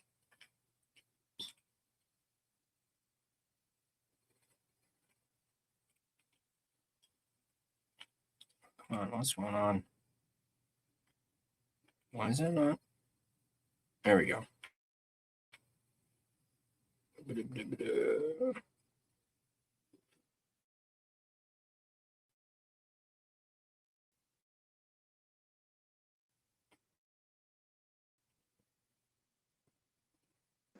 Didn't start on time. And when we started to skate, you saw the pushback. Through the first two periods, it seemed like your team was really struggling to get shot attempts. Was it something the Blues were doing, or do you think it was more so on your team? Well, they were quick up on us, and we weren't gapping up. Like it happened in the first early. We didn't have to start on time. And so when you're not gapping up, when you're not pushing up ice, you get caught in between. When our forwards weren't pushing with all three, then the D weren't gapping up either, and they were just hitting the middle and going back down into our end. in the second period, we have struggled in second periods because we get caught.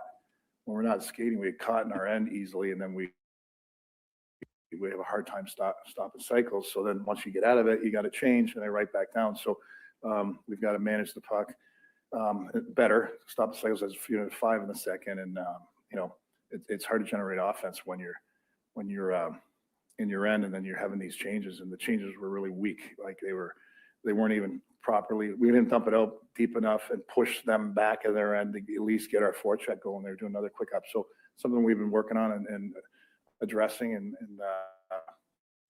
once we started pushing in the third, we saw it changed. And, we took over the third, but we have to learn to start on time in these afternoon games too.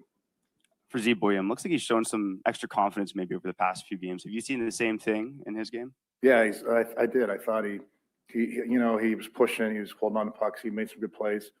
Again, he's doing a lot of good stuff. Like he's learning when to do it, when not to do it, and how to manage it. And again, I like the way he has that swag. He's not afraid to have guys checking him, and he still makes plays. He's just, he's going to learn, and he's done a good job adjusting to when not to do it. I think last game, Adam, you had 10 shots. I might be. And play him with Hronek on the first unit. Stop having him on the third unit with Mancini. Sorry, guys, that's just a peeve of mine. I think Williams should be on the first pairing, especially playing with a guy like Hronek. Be mistaken. I think you had 10 shots through 2 periods. I know you work on process, and if the process, including things like line changes and your dump outs are better, you're probably going to get more shots. But are actual shots a talking point? Like, do you talk to the team about just getting more pucks on net? Yeah, we want, especially when we go low to high and direct real quick, and we want our D, like you saw Phil do in the third, and there was chaos at the net. But if they're going to double up in the corners, we're stressing to our D, get it back down quick. If we rim it out, then you can do a D to D. You might have a 3 high play, but we have to get, you're right, shots in the net, and also anchor the net. When we have the anchor there, we can funnel and throw pucks to the net. We're looking for clean plays that aren't there. And when we get pucks down and jam the net, you're gonna have to find a way to get those dirty goals.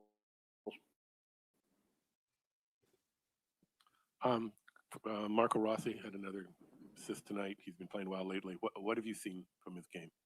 Well, he's been pretty good on the offensive side of the puck. We want him to pay more attention on the defensive side of it. Closing guys on the one goal tonight, his close was slow and they were able to generate offensive time. So he's adjusting to, that part of it. But that line was pretty hot lately as far as generating offensive chances and things like that. But, he's been getting there with the offense for sure. And again, tonight, one goal. Goals have been hard to come by for your team the last few games. Any explanation?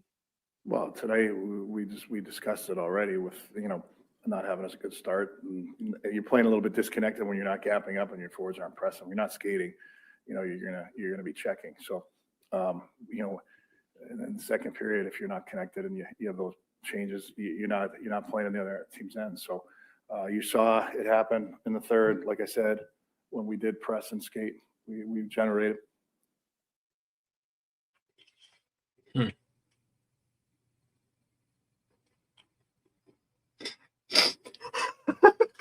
Oh, Urban. Oh, man. Marco Rossi had another assist tonight.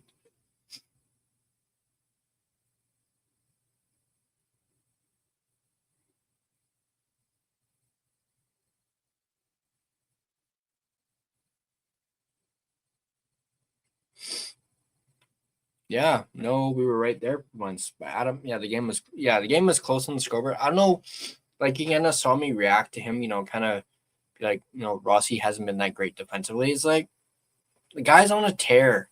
Like offensively, did you have to throw in that whole, the fact that he had one defensive lapse that led to a goal here tonight?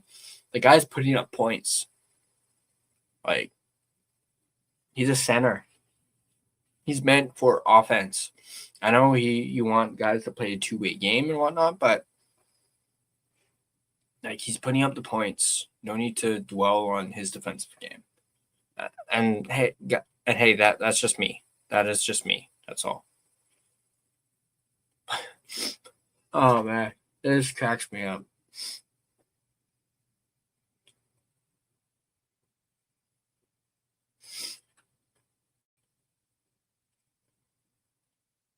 Not that there's anything wrong with having a yes. On that note, Urban, do you remember Jack Swagger? I don't have a speech impediment.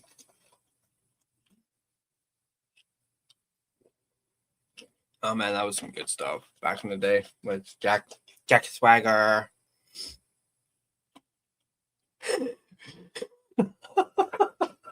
He's a great offensive player, guys. Hey guys.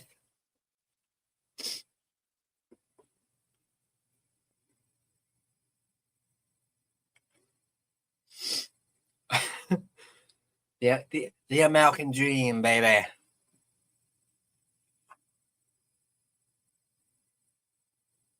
Oh, what now? We're all doing it now?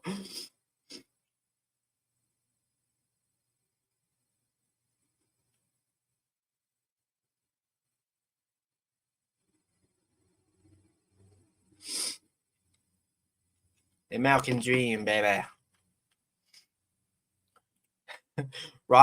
Rossi needs to work on his defensive game.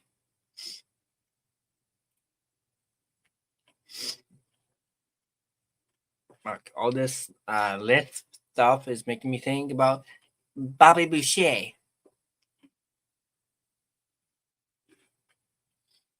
Welcome back, Justin.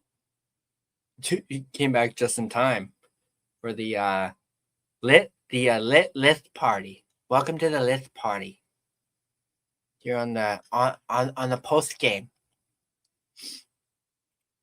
What Bobby Boucher? Have you not seen Waterboy with Adam Sandler? Bobby Boucher. Water sucks. Adam Foote, Prince of Lisp, to go with Patrick Owen as the king of word vomit. Well, I don't think it was really Foote who was in the presser. Oh. I have no idea who that was. I mean, it wasn't Foote who had the list, but it was the media guy. What's up, Coach Rob? Good to see you, buddy. Happy belated birthday to you, Coach Rob. You actually share a birthday with my mother.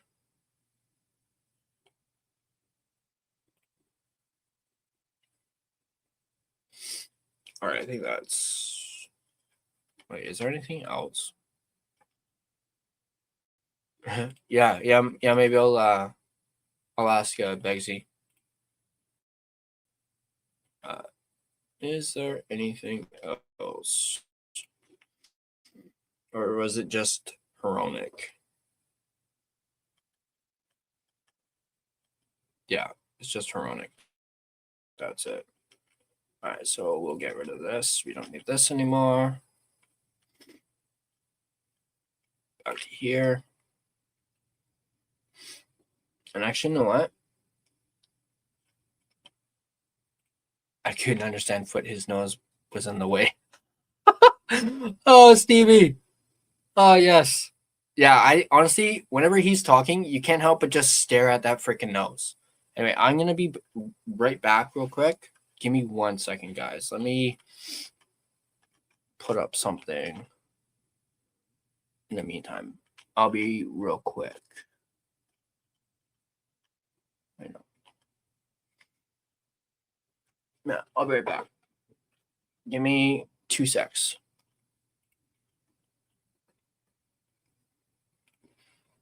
What, aka Gonzo? I'll be right back.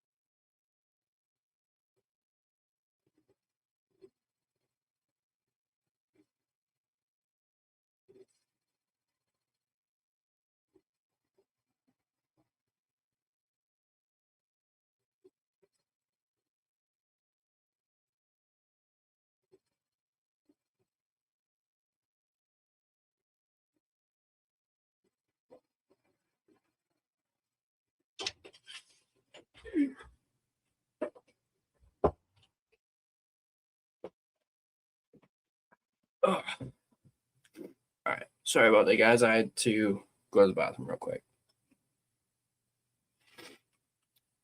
All right. So, let's see what else is there. I mean, we're about an hour, 35 minutes into this. Why don't I do my sponsor read? And then we'll do some more comments if you guys have comments in the chat. And then maybe we'll end it.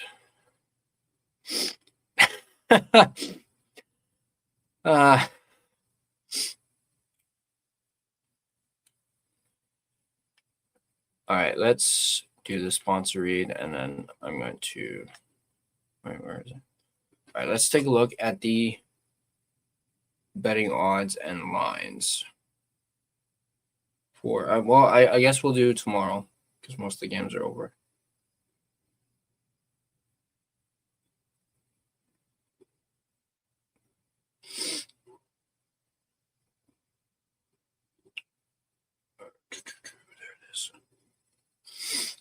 All right, let's take a look at this here.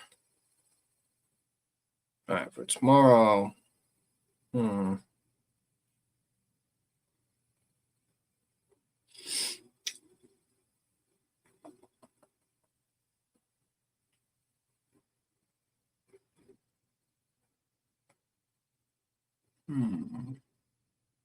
going to go with Tampa Bay and Calgary.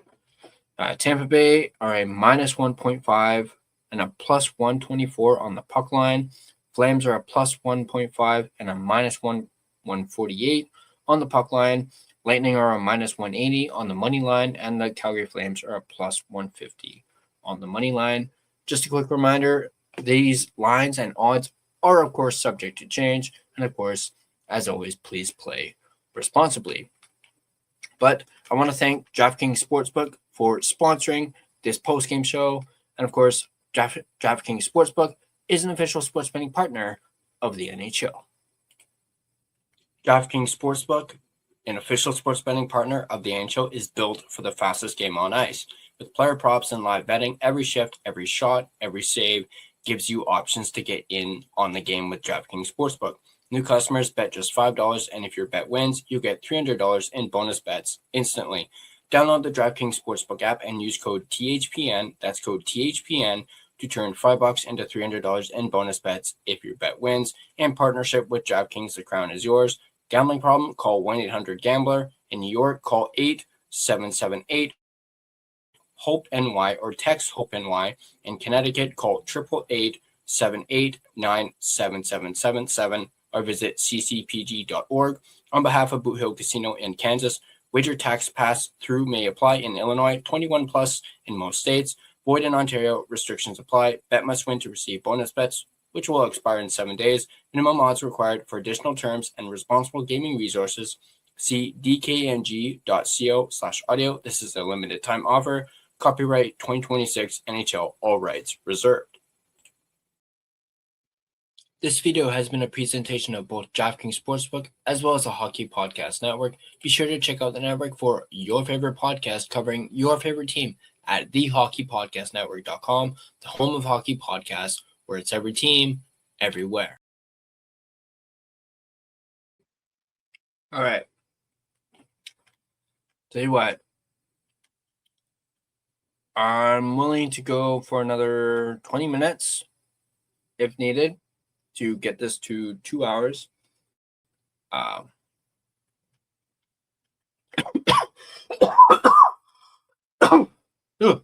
Excuse me. If you guys want.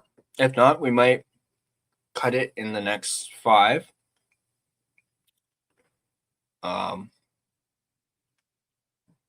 Let's see. Actually, if I can find something we can maybe read. You know what? That's actually a pretty good idea, Rain. Screw it. I'm going to do that. Here, let me find. I mean, then again, we might get past 2 hours, but it's all good for me. I will quickly email you the link.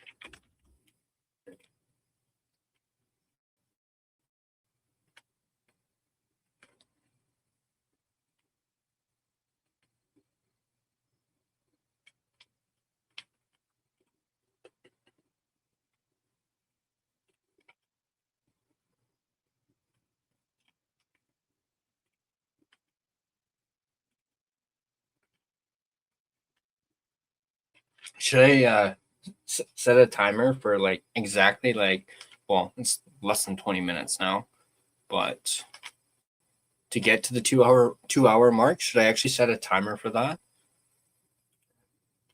That kind of like how Clay has a timer.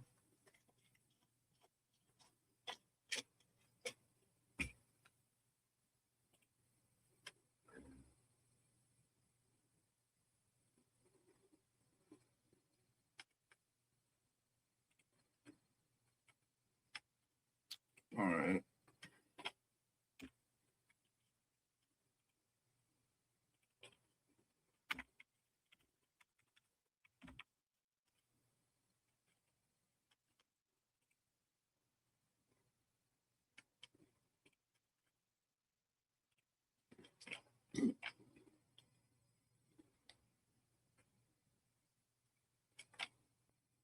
There we go. Ooh, excuse me. All right, I just sent you the link, Rain.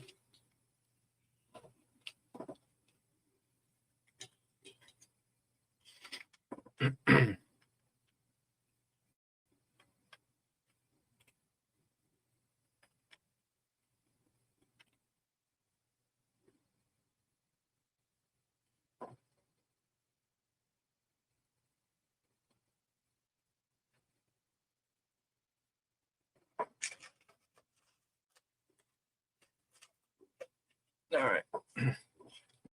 Bring him on.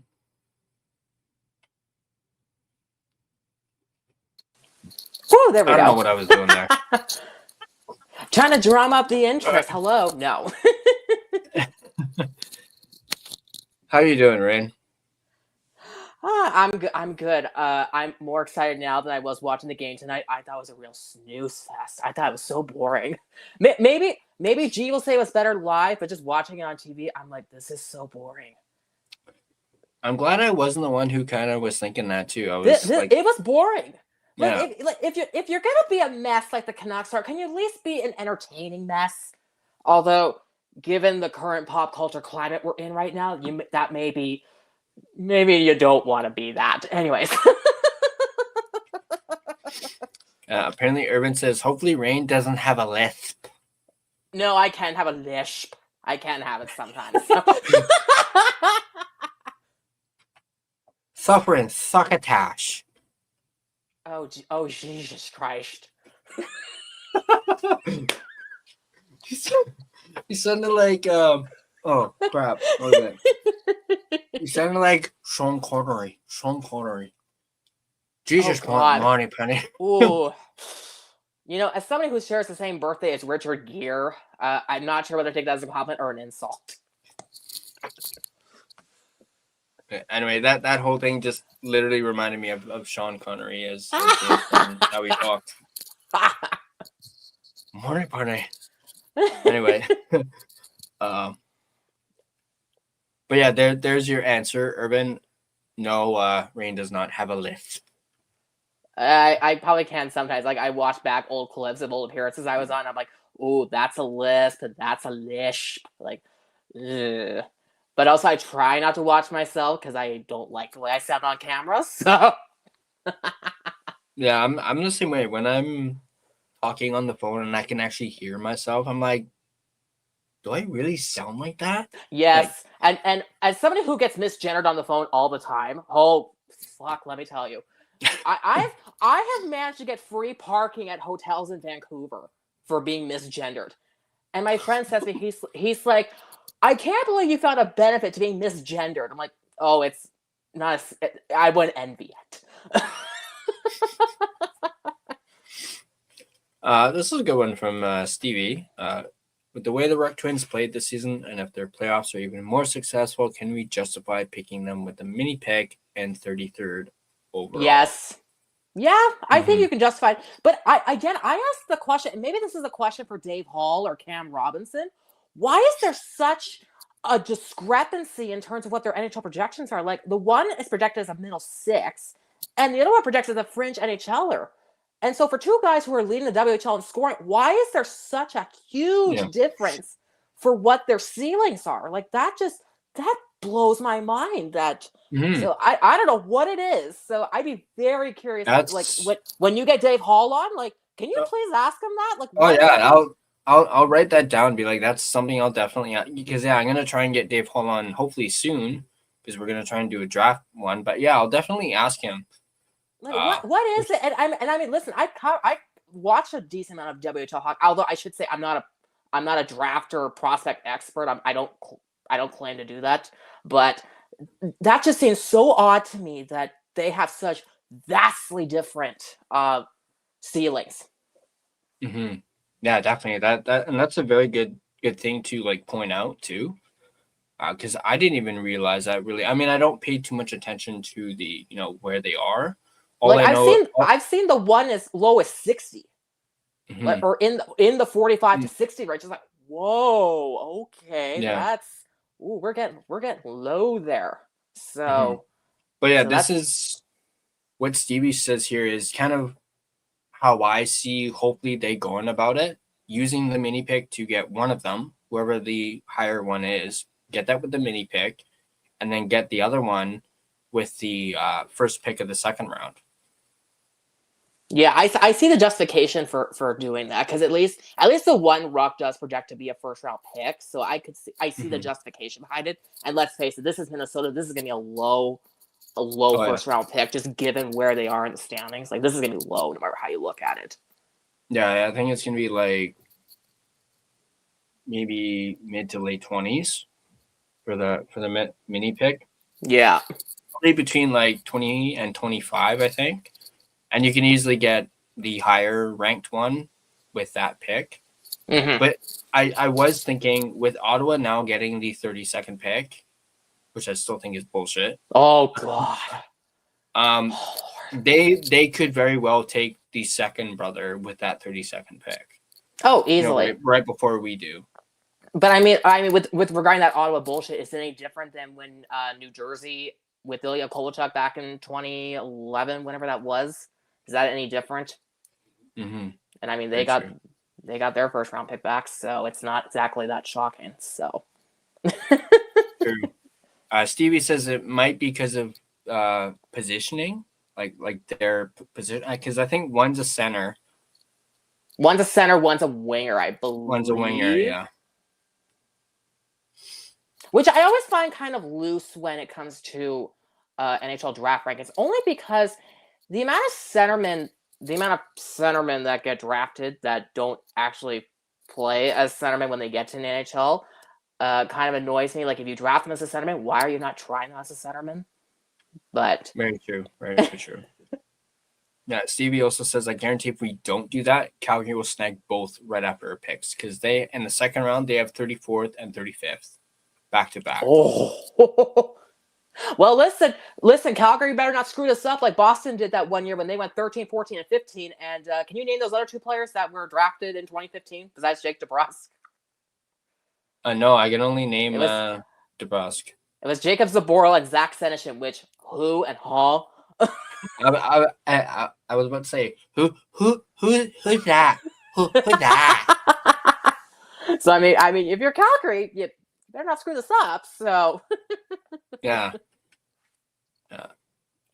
I mean, yeah. Urban does say apparently Ottawa fought the penalty because ownership had changed. Yeah, I did hear them mention that. That is a big reason why they fought it is because they had switched the ownership. Yeah. But at the same time, the punishment was already given. Just take it, even though you weren't responsible for it. I mean, yeah. If that's the case, then we shouldn't have been penalized when Luongo retired. In that case. Yeah. So, but anyway, yeah, you're never just gonna win regardless. I just remembered there was something I wanted to bring up that I was thinking about as a topic since I was going solo, because it's got a lot of people talking, especially from yesterday, that hit by AJ Greer on Connor Zary. Oh my god! I saw that pretty Holy late. shit. I saw that pretty late last night because actually, believe it or not, I think I had an early night last night. I think I passed out around like 4 in the afternoon and then didn't wake up again until like this morning. Just because I had, like one of those days yesterday, and of course what yesterday was too. So I was extremely tired. I was just like clunked out. And then I saw that when I woke up. I was like, what the fuck was this? And I was like, and then I saw the clip and I was like, holy shit, like that is dirty. I mean, just seeing how far out he was from the boards and he still freaking shoved him. Like, and seeing Zary go head first into the boards, and then you see him grab his neck right away. Yeah. That's what got me, is him grabbing his neck. And that's when you're just like, oh no. Like, I believe he's okay. I haven't seen any updates on Zary. I haven't either. And I mean, I say this, like, I love Connor Zary. I watched him since his Kamloops days. I love Connor Zary. But I want to take my nice phone and chuck it at my nice television and write out and chuck it out my fucking window. Because holy shit, I think George Harris is taking 120 phones to the head when he's like, so this is a phone hearing. Like, go get bent. Get bent. If this is not an in-person hearing, what the fuck is? Exactly. What and is? That's literally what Steve Dangle, I think I reposted a Steve Dangle tweet basically saying the same thing.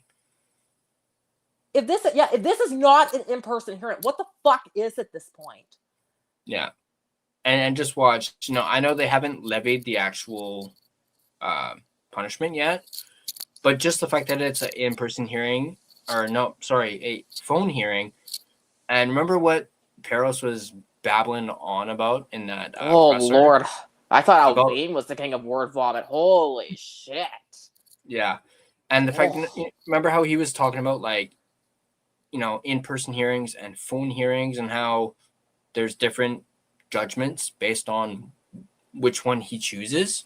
Usually phone hearings, the punishment is usually less severe. So that's what I'm kind of thinking is the direction that it's going to go. He's not going to throw the book at him. No. Which I think he fucking should. He should throw the Oh, absolutely. Especially after he got called out by fucking Connor McDavid.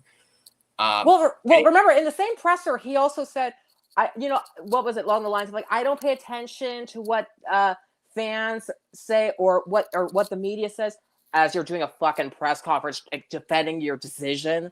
Yeah, and the fact that you had to do one, and the fact that you had to do it in the first place. Yeah, clearly means you do hear what people say. You do care. Yeah, because if you didn't, you wouldn't have felt the need to come out and do a press conference defending it. Mm-hmm. And yeah, Urban's got a good point. Keep in mind, they do consider Zoom meetings to be in person. Yeah. Oh, God. But yeah, I did see Dangle's tweet on how he basically said Peros needs to go, especially after hearing that it's a phone hearing.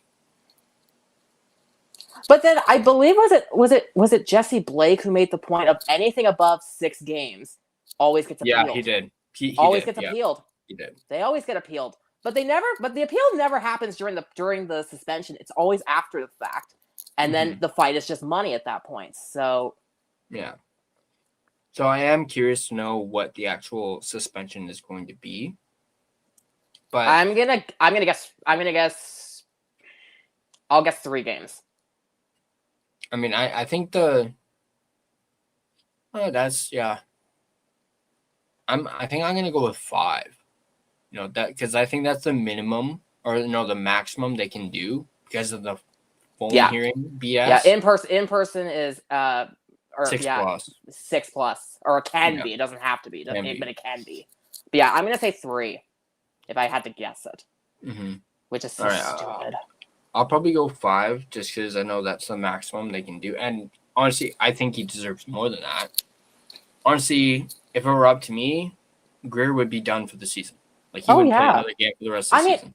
remember all those years ago when Dennis Weidman got like 20 games for his abuse of the official, which then got reduced to, was it 10? Yeah. Ended up being 10, I think it was. Oh my god, I'm going back a minute now, but still. But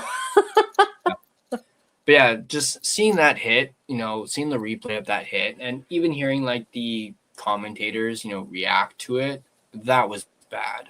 That's brutal. Like, that is brutal. And I'm pretty sure, I think Greer has a history. Because I saw a lot of comments, obviously, people saying like, "Oh, this guy's so dirty," and I mean, I've heard. I don't pay too much attention to the Panthers. But I have heard Greer's name in the past. Yes, so, I have too. I have as well. I didn't even realize he was. I thought he was like an older veteran guy, but no, he's under 30. He's only 29. Wow. But he still looks like a freaking douchebag. I was looking at his picture. Yeah, he looks like it. I mean, apparently, I think he's French. Okay, so his last suspension was back in March of 2023 for one game for cross-checking Mike Hoffman when he was with the Montreal Canadiens. I saw a clip of that one, and even that one was pretty brutal too. Oh, but that was like in the face. Yes. Mm-hmm. Yeah, if I remember right, I think that was to the face of Mike Hoffman. If I remember right. Yeah, because that was on it was on a face-off. And they were kind of, shoving each other a little bit or like hacking at each other. And then he just went doosh to Hoffman, and Hoffman just grabbed his face right away. Yep. But the fact that he got like, what was it? One game for that? One game. For basically assaulting somebody with your stick? Yep. Wow. Yeah, one game. Was that his first like suspension? So that's his only suspension. He's got one fine in the past. But he did get, I'm just reading here. So back in October 2019, when he was with the Colorado Eagles of the American League, he got suspended 6 games for a match in which he accumulated 40 penalty minutes and left the penalty box to fight. Holy. Too bad the AHL, that stuff doesn't count towards his NHL stuff. No. Too bad. Woo. But Stevie's got a good point here. If Peros is smart, he should make an example out of that cheap hit. Definitely. The problem is we're too late, though. We're too late, though, for that. Yeah. We're too late, though. He already messed that up with Radko Gudas and Austin Matthews. Like really, ever since Brendan Shanahan left and George Peros took over, like, even when George Peros was announced as who was taking over, there was a reaction of, really? You're getting an enforcer to do it? Why? Like, what? Yeah, and they were really talking about this on Steve Dangle. I think it was during that same one where Jesse was talking about like the in-person hearings and the whole appeals. I forget. I think may have been Adam was talking about how Shanahan would drop the hammer on guys. Like he would throw the book at guys. I mean, if you imagine if Shanahan was still the head of the department and the whole Radko Gudas thing, he would have thrown the book at Gudas. Oh, 100%. He'd throw the book at Greer. Like, your fan base might not like when your player's getting suspended, but everybody else would be like, you know what? Justifiable or agree. Like, there's not one that really stands out in the Shanahan era where you think, okay, that was egregiously wrong. Like, there's not one that immediately stands out. I'm sure there are outliers, but there's not one that immediately stands out. But this is now twice now within days. Yeah, within days. They've done a phone hearing. But yeah, and you have to even admit with Shanahan, he was very consistent with his, levies of yes, stuff like that. So, I mean, can we can we throw the Shanna band back in there and be like, yo, George, this is how you fucking do it, dude. I mean, I don't even know what Shanahan is doing now, but Oh, I read what it is. I can't think of it. I'll take the Shanna ban for DPS before I take the Shanna plan in Toronto again. yeah, they were talking about that on Dangle's podcast as well. How he wasn't that great of a what was it? He was the president of GM? hockey operations. President. He wasn't a good president, but he was good at Department of Player Safety. It's like, oh, good Lord. Yeah. Good to see Jay here. He says Gudas is eligible to return for the Ducks versus Nucks game. Oh, Jesus Christ. You know, and they play what? Is that Tuesday? Is that their Tuesday? next one? Oh, Jesus Christ. Gudas is gonna play. Okay. Anyone who goes to the game, if you guys are watching, living shit out of him. Fuck out of this guy. Boo the living shit out of him. Yeah, like, boo him out of the building. I was watching the PWHL, the Golden Eyes Minnesota Frost game this afternoon. Every time Britt Curl Salem touched the puck, like those fans were just booing at her. Like, you need to reach that level of obscurity with Radko Gudas on Tuesday. Mm-hmm. Still some sort of damage control from the yeah. That's why I think he should throw the book at Greer.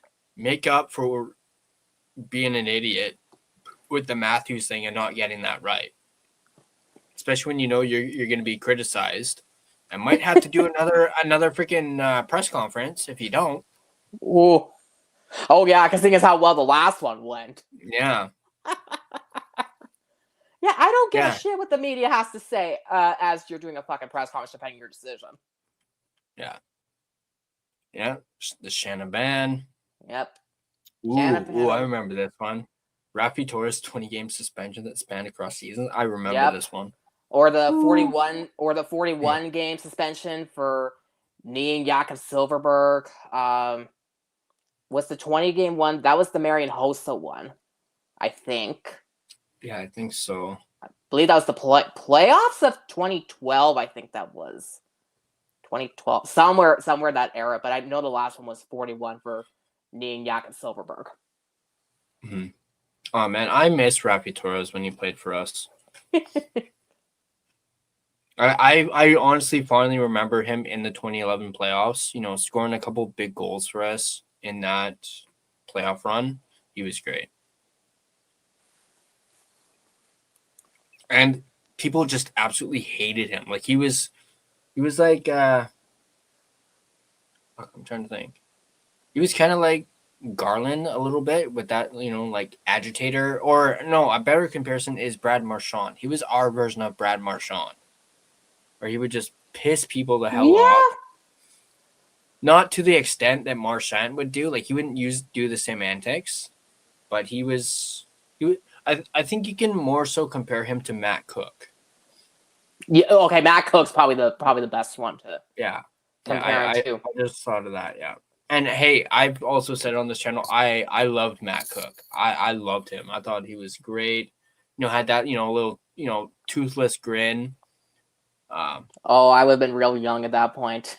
This is going back to like the 90s with Matt Cook. Yeah, I'm a late 90s, so I would have been real young for that. Yeah. Yeah, we would all call him the Cookie Monster. Oh Jesus.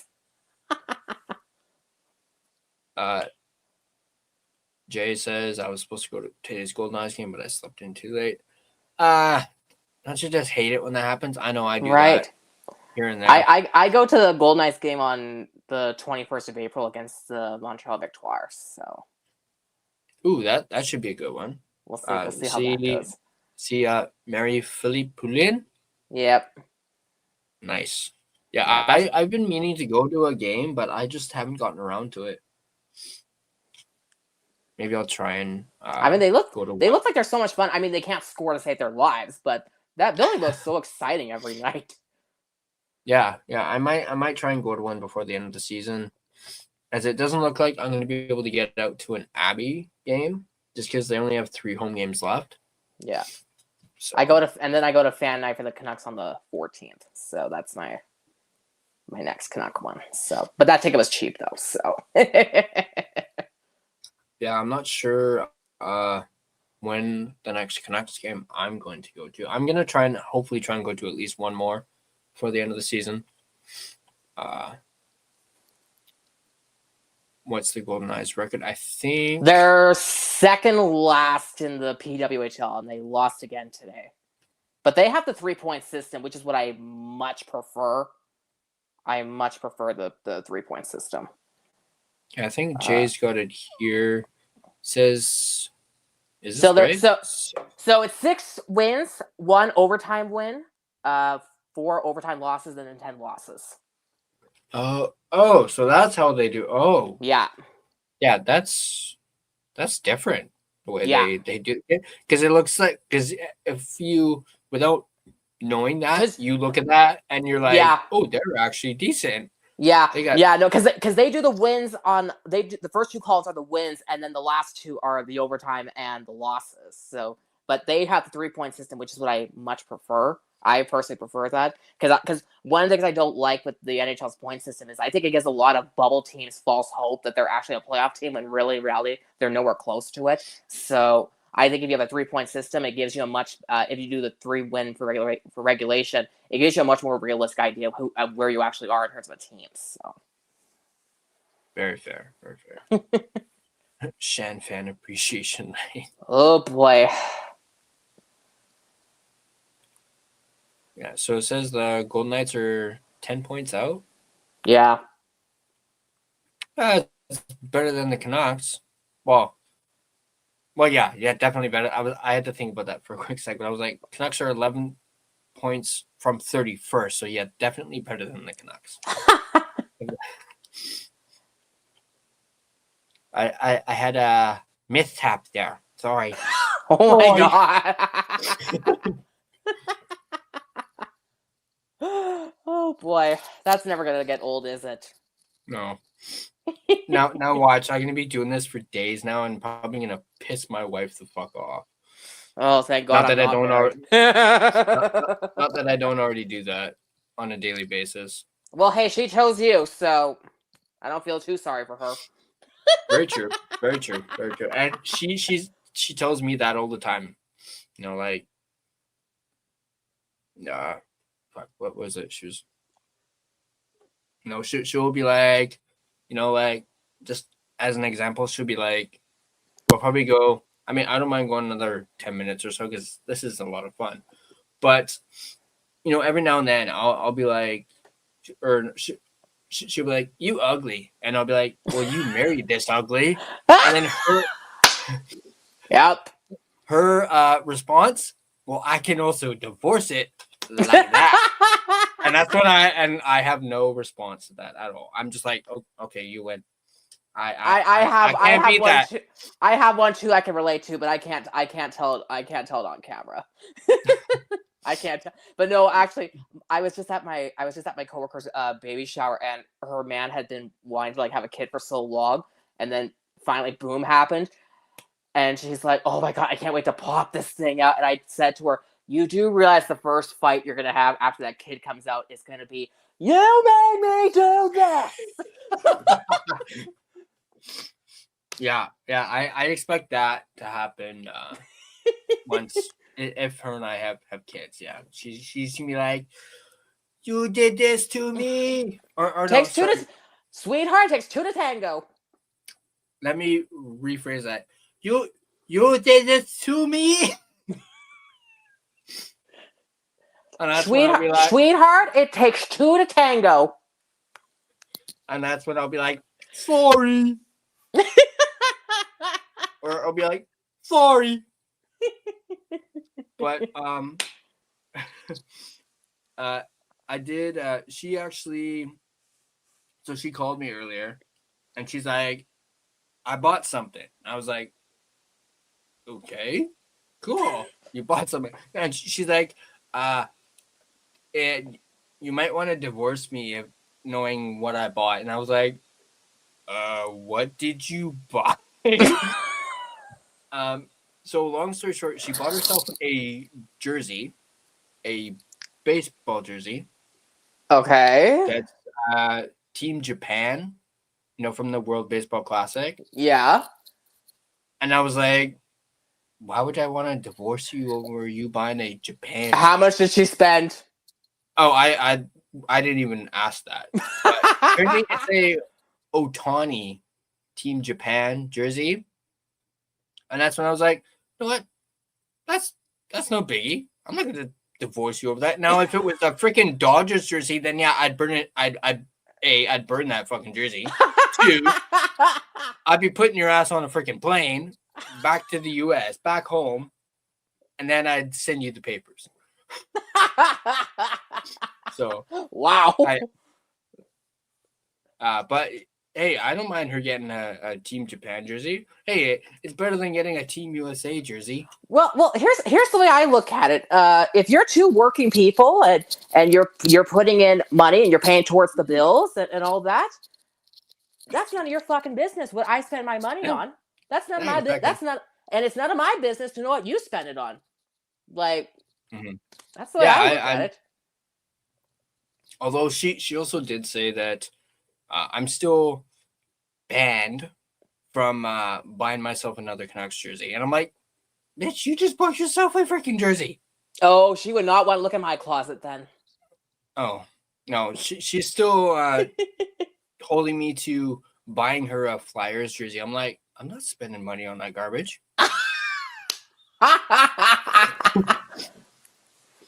But, yeah, Stevie, she's a big Otani. She's really into Otani, and that's so funny. I will say it's a really nice jersey. She was in Korea in September, and she actually brought me home a Korean baseball jersey. Oh, nice! Cool. I think it doesn't have a player on the back, but it's just a Korean. I don't even know what the team is, but it's Korean on it, and I was like, this is pretty cool. That's awesome. That's a good one. Stevie, we were just talking about the Shanna ban earlier. Shanna ban. No. Bad Stevie. Banished to the forest of Endure. Bad Stevie. Where's the spray bottle? That's what I usually do. If someone does spray bottle, bad. Down, Betsy. Down. Yeah, I've never watched baseball in my life until last season's World Series, and then I found myself being the parent at their child's baseball game. It's like, oh my god.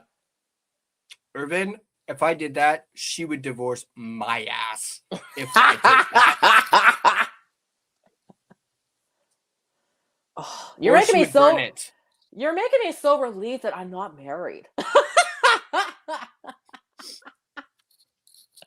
Yeah. I mean, of course, as my grandfather says, yeah, I was gonna say my grandfather says I'd have to manipulate somebody to marry me first. So yeah, I might be fine. This thing may look harmless or very light, but it's a fucking anchor.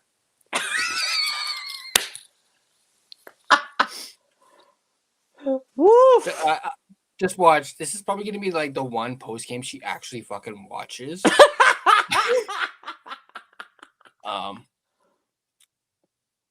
Yeah, that was I think I mean, no skin off my back. Urban, do it. And then Urban, Japanaban. Oh, Jesus Christ. Oh, Jesus. Urban, oh, my God. Thing.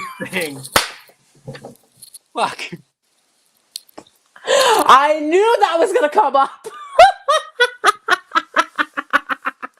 By the way, I still cannot confirm nor deny if that was Sydney Sweeney.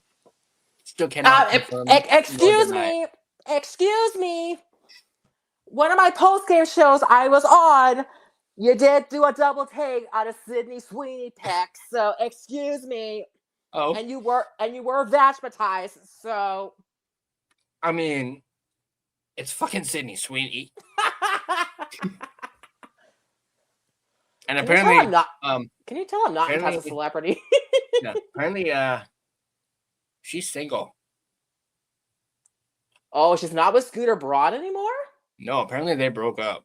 Oh, So God. it's like, Oh, you know, if there's ever a zombie apocalypse, I have to die in the first wave because I am full of useless fucking information.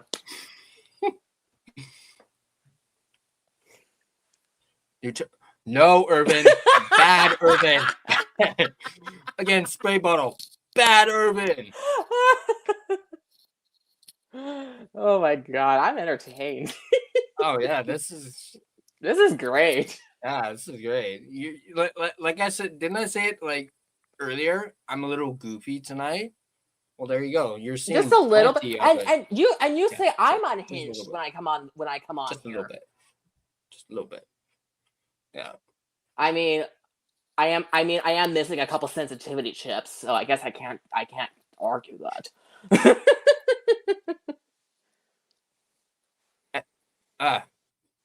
Oh geez. No, Steve. Oh my God. Oh yeah, you better uh, not show your wife this one. Oh. Actually, she's probably going to bed. Or no, she's not going to bed. She's off tomorrow.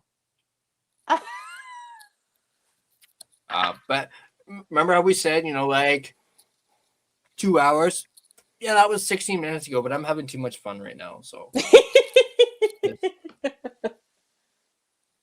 thank you to our channel sponsors, Gassy Jack, DraftKings, and News.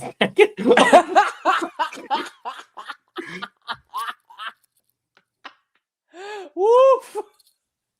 Isildur, good to see you outdoors with yes, Thai cat. Is that what that is? Or carts? Carts? Wow. Between the atmospheric rivers. Yeah, hey, Atmospheric rivers. Oh God. how about that? It actually didn't fucking rain today.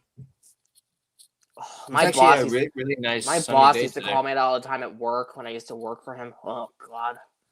The atmospheric river. Atmospheric? Atmospheric. Oh God, I almost vocal fried there. Ooh, I think I just lost 5 brain cells doing that.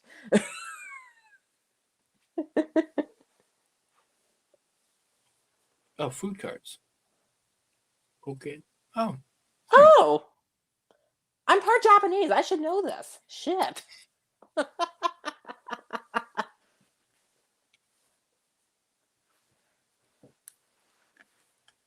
Oh. Fuck, man, that Korea days thing. Fuck. Irvin's not gonna let that go. You mean just like how he's not gonna let Gerald go with the Raining Men clip from. That took you way too long to get that reference, bro. Sorry. Suffering succotash.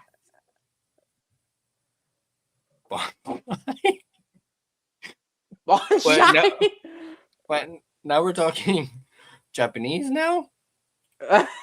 I'm not good at that. I'm not either, and I'm part it. So. Irvin, we weren't supposed to talk about that.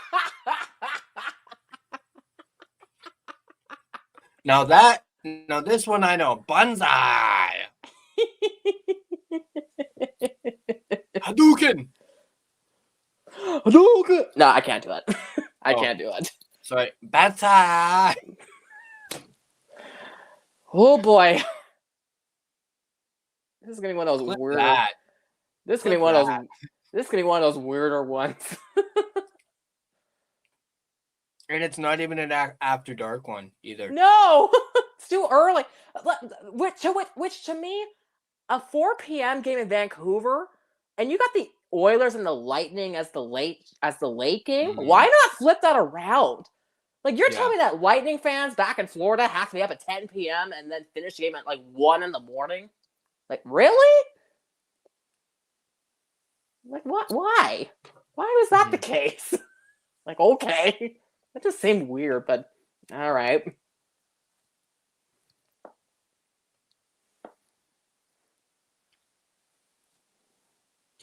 Dim sum? Dim sum. Ooh, I'd love some. Dim sum wrong. I don't know. I don't know what I was doing there. You can in Richmond at the 24-hour 24-hour cafeteria in Richmond? Huh. Woo. I'm not from the coast, so I would have any idea.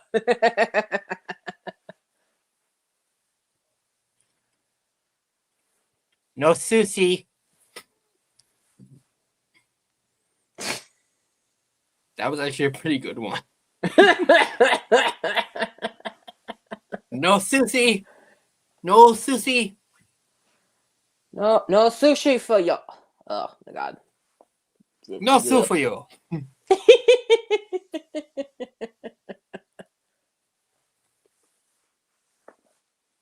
Just watch. Someone who actually has a freaking lisp is probably actually watching. Oh, I went to school with a guy who did, and yeah, they let him hear about it. No sushi for sushi. Oh Jesus. Oh geez, Urban. Carson. Oh wow. That took me Carson way sushi. too long to figure that out. Wow. Oh my god, I felt real fucking stupid. Here, let's see if I can say this. Susie brought the boom. Look it up. That dude took. Oh no, I can't. Yeah, I can't either. I can't either. Yeah, Urban. If you want to message me that, definitely would again help me with having to do this manually before every video or stream. Not that I'm complaining about you guys subscribing, because I'm not. By the way, I just had to check to see if somebody did. Clip it. Math Sasson. Math Sasson. Sasson. Sasson. Can't really do the ho with list. Ho. No, I can't do it. No, this doesn't work. It doesn't work with the accent goût. Doesn't work like that. Oh, it was against Washington on this in the second game with the Isles. Oh. Okay. Vietnamese cuisine Sasson. You know, that sounded like a French guy with a lisp. The only thing that's missing is like the cigarette. Being like, I have lived.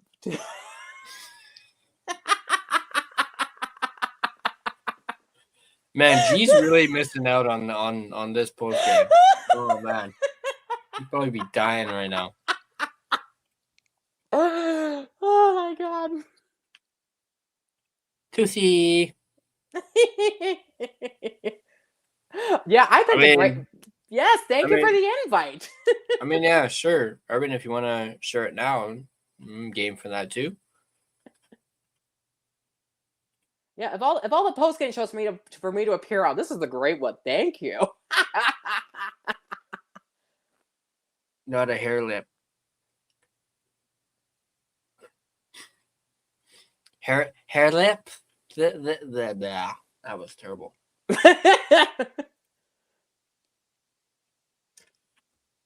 Stevie, spark it up. Spark it up. Fuck. Okay. I think I'm doing it a little too much. I'm losing my list.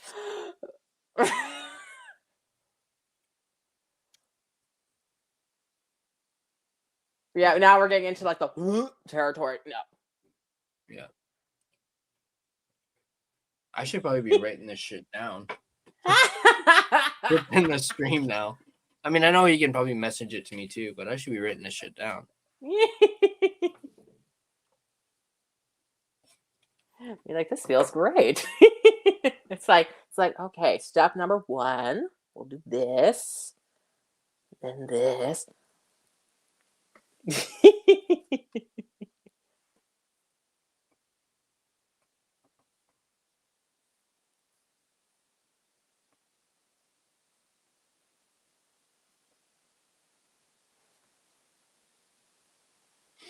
It's like, wait, don't type too fast. I gotta write all this down. I mean, he's only put two things on. Maybe Oh. actually is messaging it to me. But being like, all right, so here's step 1 through 40 of how to do this. No. Isidore, yes, the Canucks did lose today. And it was a snooze fest. Yeah. Like I said, I hope G had a better experience live, because on TV it was so boring. And listen, I've been to some real snooze fest live.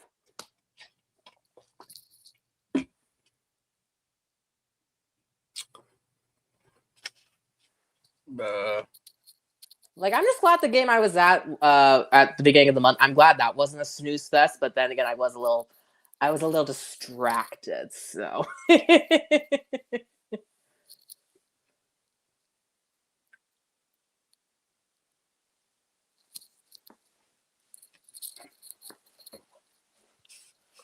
Oh, crap, and I ran out of room on my little piece of paper. Oh.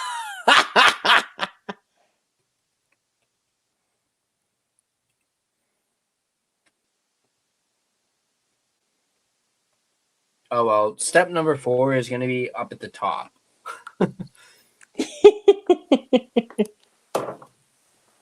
I'm sure I'll... Yeah, no, I can't even do the list anymore. Yeah, you sound like your tongue is going to escape your mouth in the next 5 minutes if you keep trying it.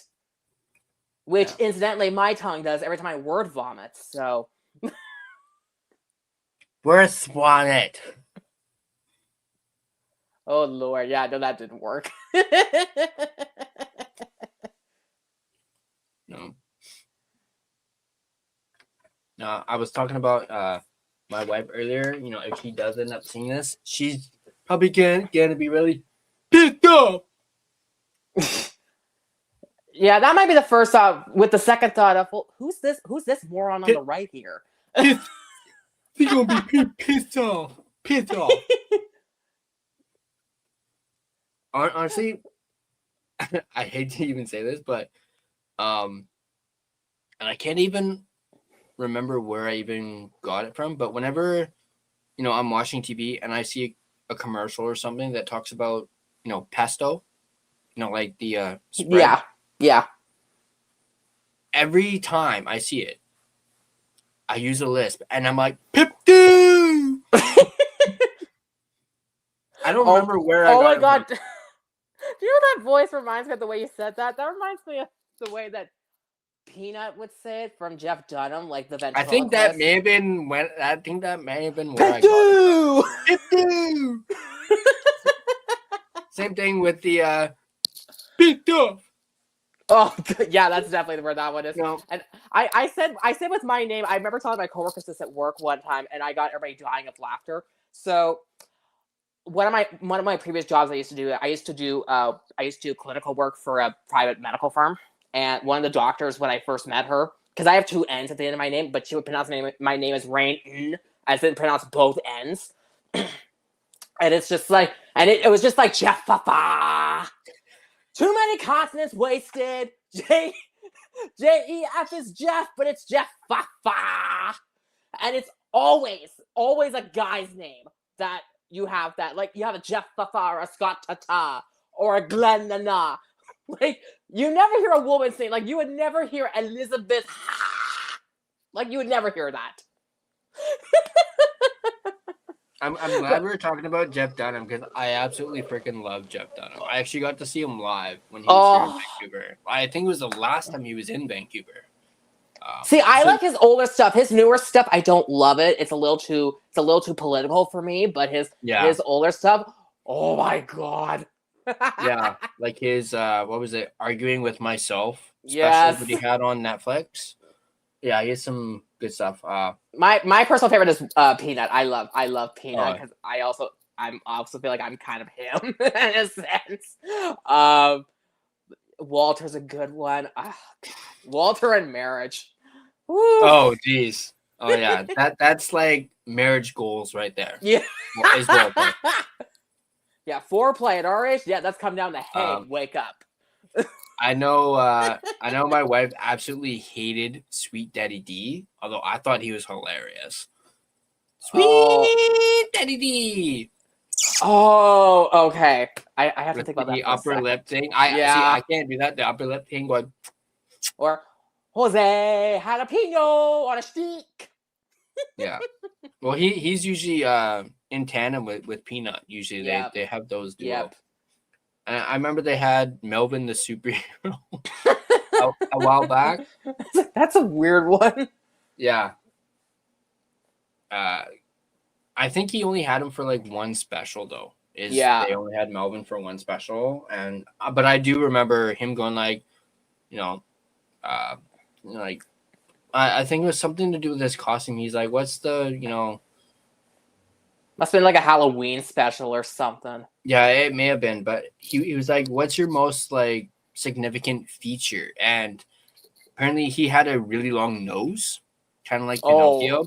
So he freaking turns to him, and you can see his nose kind of shoot out, and he's just like, "My costume." And you can clearly see his nose like pointed out, and then he says his you know how like Batman has the bat signal? His signal is like a big nose in the sky. Oh, well. I mean, to be fair, Peanut said that with his signal is the Nutterang. So. Mm-hmm. Oh yeah, I remember that.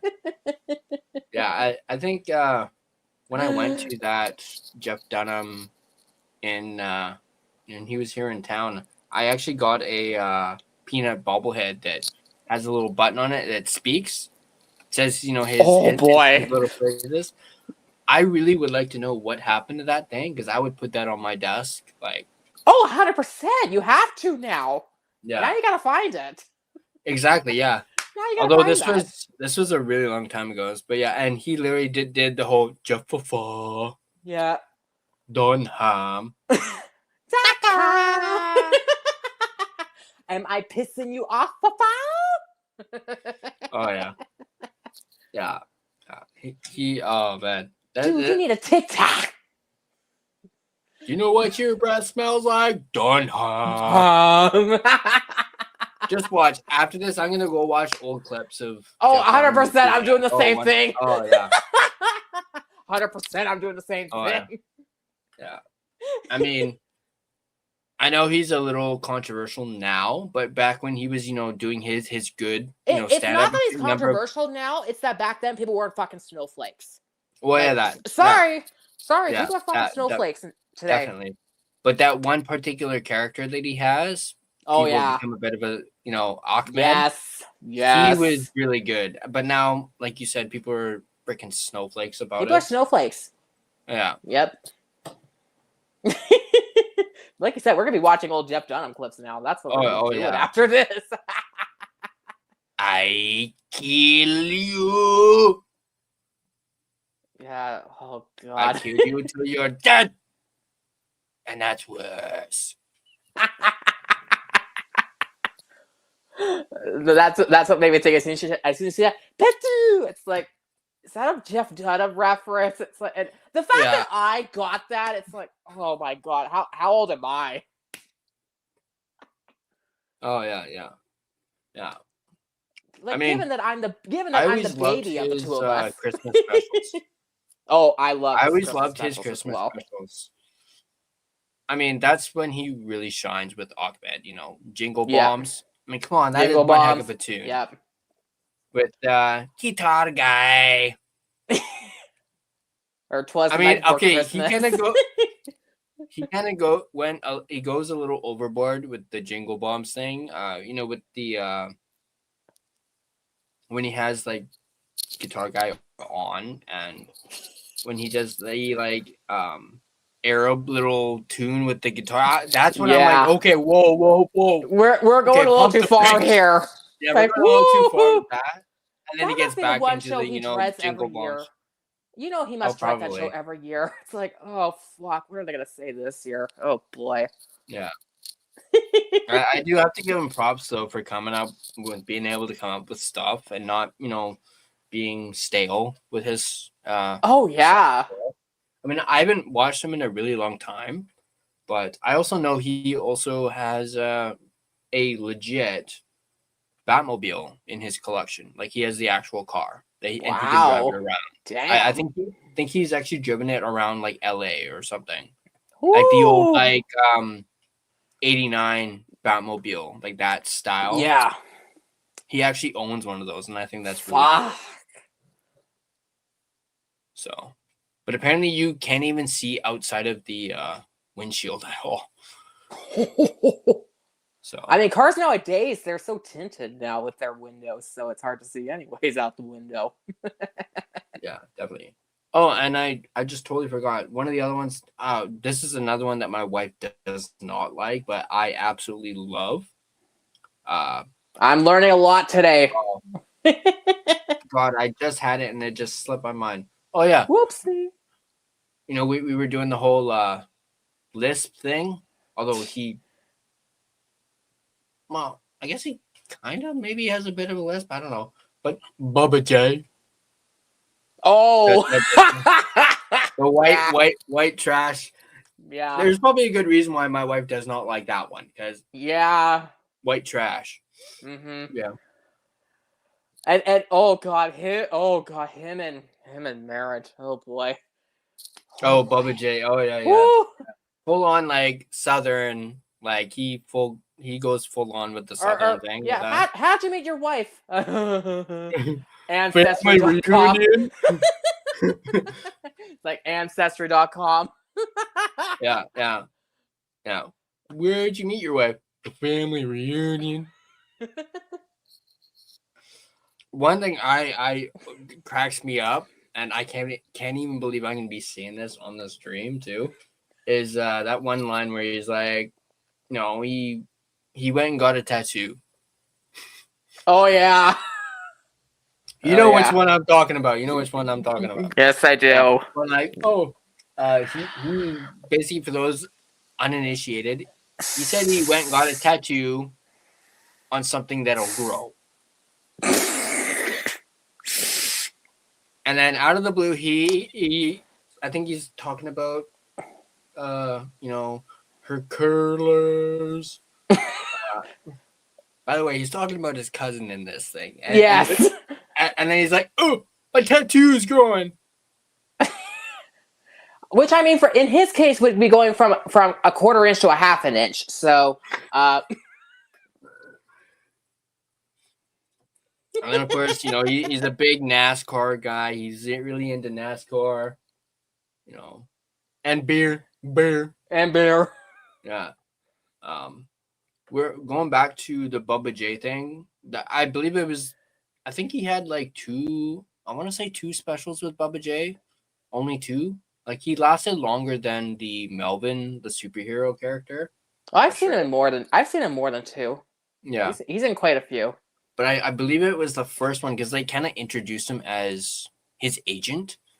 Yeah, he's not in his extremely early stuff. Like, yeah. This happened like late 2000s, I think. Yeah, they introduced him as his agent in the the first time he had him on. You know, he's or as Sweet Daddy would say, he was his pimp. Yeah, pimp. Yep. Yeah. And I will admit the one thing with Sweet Daddy where, you know, obviously, you know, Jeff kind of was like, pimp? I'm not your hooker. And he's like, well, why do you do what you do? It's the best way to make money and make a living. You the hoe. It's like, cause you my bitch. Yeah. I mean, I wish I could actually play the video, but obviously, no. copyright I wouldn't. purposes. I wouldn't try it. No. Let's But not get you. Let's not get you kicked off the air. Yeah. Let's not do that. I'm trying to remember what the exact line is, where he's like, what? Why do you do what you do? I enjoy it, and it's the best way to make money. You da hoe. You a hoe. And then he goes, You da hoe. and then I think he goes, and then I think Jeff retorts, going like, "What if I said I do it only because I enjoy it? You the dumb hoe." But you know what's crazy is that he is so talented. You think he's having a conversation with the actual puppet, not realizing it's himself. Yeah. It's with himself. It's like, I my God. I think one of the specials he actually calls "Arguing with Myself" was one of the specials, which I was think that's his brilliant, first by the one. way. I think it's his Yeah, first one is "Arguing with Myself." Yeah, because that's the first one I remember. Was that one? And it's like, man, this is great reminiscing about Dunham. This is really taking me back. Thinking, arguing with myself, talking about Walter, who's pissed off all the freaking time, going like, shut the hell up. Well, it's like what Peanut says: when you're wacky and having a good time, that's me. Yeah. When you're pissed off and wondering why did I marry this broad, that's Walter. That's Walter. When you want to kill her, that's Ahmed. Yeah. And then of course Jeff asks, "What's Jose jalapeno on a steak?" And that's when Peanut's like, "Oh, you're sick. You're a sick man." Yeah. Going back to Walter a little bit, man, he's that's definitely marriage goals, right? Marriage goals. Yeah. Is Walter. Marriage goals. Yeah, definitely 100% marriage goals. With Walter are going like, shut the hell up. Remember how he does his whole No, I can't do it. I'm trying to remember another really good line that he had with Walter, where he's like talking about his wife. He's like, something about Shamu. I remember one of the jokes was something about Shamu. He's basically referring to his wife as Shamu, meaning she's big. Yeah. And then he goes, "Well, at least Shamu only had one blowhole." See, the one I remember was when he says, "My wife and I heard that coffee is good for your sex life," and Jeff asks, "Is it?" And he's like, "No, it kept me awake through the whole damn fucking thing. Like I haven't had to participate." And you think he wouldn't be complaining about that? Which my aunt would call that maintenance sex. That's that sex. Oh, get off me. Okay, fine. Hurry up. Get it over with. Stop sweating.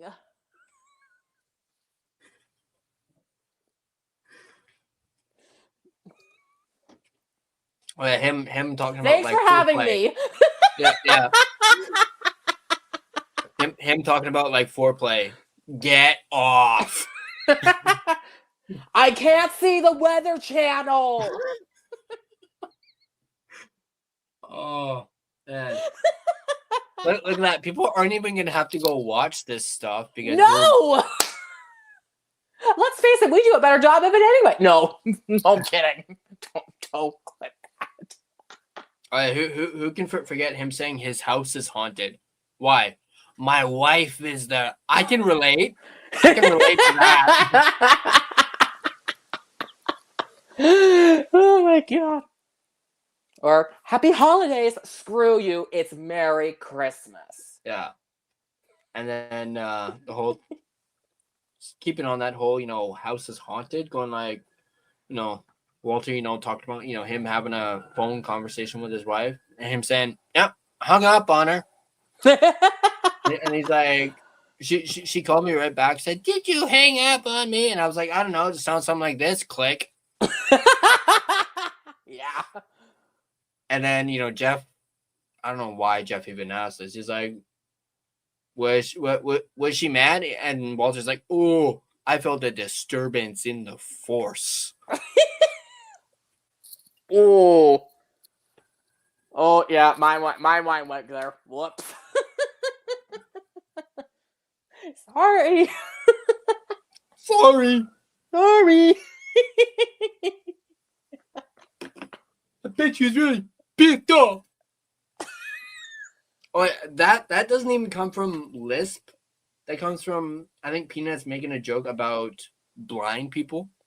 Or no. The lazy eye. The Lazy eye. Lazy eye. Yeah, that's what that is. Like, It's lazy eye. You know, be like, and am I having a this way? hair Am I lift. this way? Having a hair lift. Yeah. Yeah. Am I When this if way? they had a This way. I bet you they're really gonna be pissed off. Yeah, him talking about they brought a bunch of deaf people to see the ventriloquist. And then he's like, yeah. Going like this. Yeah. Like,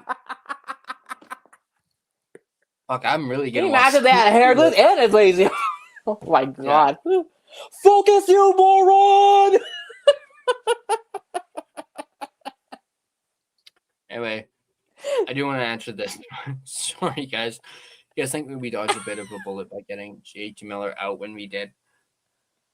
I mean, he was never going to be a Canuck long term anyways, so it wouldn't matter when they did it. I mean, I did see someone, I think it may have been an article talking about this thing, but I mean, it's interesting. Again, I think everybody calls the trade a lose-lose. I don't know if I view it that way because,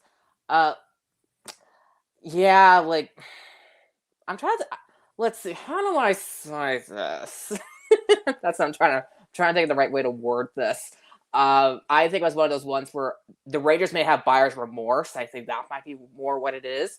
But I think the reason that the Canucks don't view it that way is because I don't think they have regrets about doing it. I mean, but then again, you know, I always say that the reason they signed JT Miller to that contract extension in the first place wasn't because they felt that was the right decision. They did it because, you know, when you're a pending free agent, your value tends to go down. Like, I've never heard of a scenario in which your stock goes up. Like, that's why they pulled the trigger right away with Quinn Hughes. So I think that they did it out of this idea of, well, we're not going to be able to match the trade package that the Islanders offered before that trade got fucking nixed. So let's just sign him. And they did play chicken between him and Horvat. I mean, let's call it what it is. Because, you know, what's interesting, I made this point, I think I actually made this point with Irvin when it came to the Horvat versus Miller. Like, remember that whole thing of like, well, Horvat, you know, the talks are going great or whatever, or blah, blah, blah, blah. There's a difference between talks are going great and progress is being made. There's a huge difference between those two. Because listen, if we're having a conversation and we exchange pleasantries, yeah, we can say that we had positive talks. That doesn't mean we got anywhere closer to a resolution, though. And we know that because the Miller talks, all within 3 days, it went from talks are going nowhere to an extension got done, all within 3 days. Yeah. So if talks were going so great with Horvat, why didn't that ever get done? But I do think the Canucks don't have regrets, though, about that Miller trade. I don't think they have any regrets, but I do think it's a lose-lose. But also, it was interesting, when the Victor Mancini news came down, I remember thinking, yeah, that sounds about right, because this management group really likes him. Like, remember when we found out that Miller got traded, but we didn't know who was going to be part of the trade return? I'm pretty sure everybody wanted Braden Schneider as part of that return. Like, nobody had Victor Mancini on their radar. It was, please be Schneider, please be Schneider, please be Schneider. And then that didn't come to fruition either. So. Well, honestly, I think the Canucks kind of dodged a bullet there because I haven't heard his name too much. I mean, he was on TSN's trade bait board at their trade deadline, but no. But he's one of those guys in which you're kind of like, what's there? Like, is there more to give or what is it? I don't know, but. Mm-hmm. Very true. Very true. But yeah, look at that, guys. We actually got it back into some Canucks/hockey stuff. Yeah. Thanks, Irvin.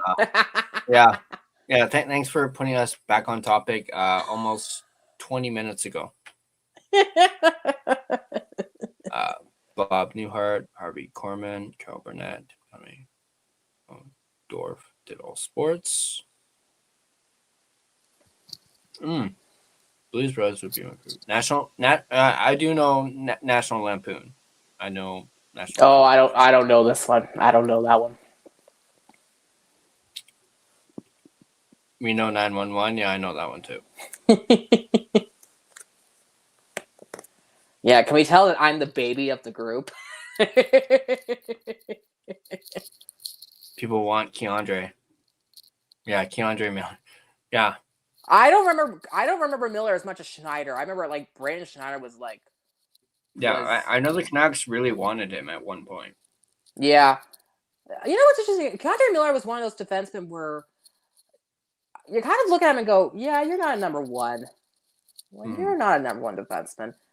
And it was interesting when you did the article about the one defenseman who they made the comparison to Jacob Chikrin. I remember thinking, well, Chikrin's not a number one defenseman. In my opinion, he's not. I don't think he is. Like, I think he's a 2, or like a 2-3, but I think he kind of needs that number one partner. Like, there's certain defensemen I wish I look at and go, you're a number one on your team, but you're not a number one. Like, I could name a bunch of defensemen before I take you. Like, Morgan Riley in Toronto being one of them. I don't think he's a number one. I never thought he was number one. Rasmus Anderson when he was in Calgary, I never thought he was number one either. I think Chikrin's the same thing. I think he's a great 2-3, but he's not a 1, though. My personal opinion, I don't think he is. Yeah, that's definitely fair. I mean, I only thought about Chikrin just because he's got a lot of offensive. He's got really good offense. At least the last couple of years, anyway, he has. He's scored a lot of goals. But I did think of something. I just thought of something. Shoot, let's see. Let's sake, So you're very on the if Vancouver gets 3, get Caleb Malhotra. That's where you're at. So who has the higher ceiling, Malhotra or Coots? Or Rossi, if you think he's a top 6 center, which I don't think he is, but ooh, that's tough. Because it's interesting. Like Brandon Coots, I kind of view him the same way. I actually ironically view Connor Zary in this sense, because and I say this to somebody who like watched Zary and counts, puts up a lot of points, but he's not a game changer. Like he's not the guy in which you're gonna expect him to like take over or dominate a game. I kind of view Brandon Coots in that same way. So, and I almost kind of wonder if Malhotra is maybe the safe pick, which safe equals boring. Like Caleb Malhotra would be like the Ryan Seacrest pick of the 2026 draft.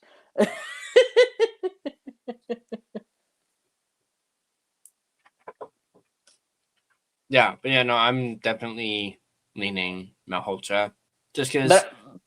But like I said, we need a defenseman. I don't think we need a defenseman. Not a right hand shot. Not this year. Yeah, not this year. Not a right hand shot. No. Not a right hand shot. Defenseman next year. Get Dupont next year. Yeah. Oh yeah. I watched him in Everett. Holy shit, is he good? Damn. Yeah. Yeah. So but yeah, I do wonder though that if Manny Malhotra were not the coach of the Abbotsford Canucks, would there be all this pressure to take him at 3? Like I do wonder if he wasn't the coach, it's like I don't think we would care as much if it was Malhotra at 3. Like if he's the third best player, sure, yeah. Mm-hmm. I don't know if he necessarily is though, but I do think that because his dad is the coach of the Abbey Canucks and he's the one who a lot of Canuck Nation wants as the head coach, which I don't know if it's so much I'm not on that bandwagon, but I kind of view it in this sense. I kind of view the higher, like, let's play this out for a second. Adam Foote gets hired, they bring on Manny Malhotra. I view him the same way as a dog chasing a car. What happens if you actually get it? So you bring in Manny Malhotra as the head coach. Now what? What's the goal? What's the expectation? Especially when you consider we've heard conflicting messages on what they want, on what the expectation is for next year. One second it's a rebuild, the next second it's they want to make the playoffs, or in the next breath. Like we've heard both sides of this for what the expectation is for next season. And I do wonder how long that leash will be with Manny Malhotra. And then the other question I do wonder is, I wonder if in the long term, if it's going to be beneficial to Manny Malhotra. Because the best case scenario, I think, for Manny would be the Marty St. Louis route in Montreal. That would be the best case scenario. But I do wonder how long that leash will be with Malhotra if he does become the coach of the Canucks. So, or how long that honeymoon phase will be. Irvin says he's not sold on our 4 young defensemen, and then he also follows that up with a question for you. Which one of Bouillon, Verlander, DPD, and Mantini are true stud number 1 defense? Number 1, none. Not today. None of those 4. Well, yeah, definitely not today. I think today. I could maybe see Bouillon. Maybe. I think Bouillon's a 2. You know, the fact that we're not like a hell yes on it, I think that should really be saying something. But like in terms of like a true number 1, I don't view any of them. I think Bouillon Willander would be a great second pair. I think they're a great second pair, but not a number 1 though. In my opinion, I don't think so. That's fair. Just because I know when he first came over, a lot of people were talking about, you know, I can't remember exactly. I think some people were like maybe comparing him to Quinn a little bit. I've seen more Lane Hudson or the Lane Hudson comparison. But I think though, you know, Bouillon I think could be very similar to the way Bo Horvat went. Remember how long it took Bo Horvat to shake off the baggage of being traded for the franchise goalie and Corey Schneider? Remember how long that took?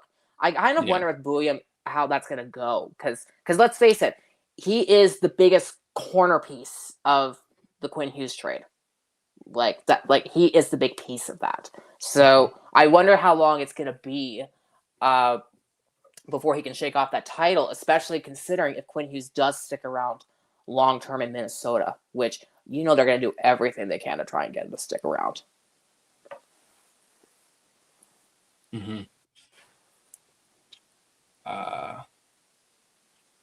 Justin, our young D-man is all right, but nothing to write home about. I would still rather have a top-end Veerhoff than a Malhotra.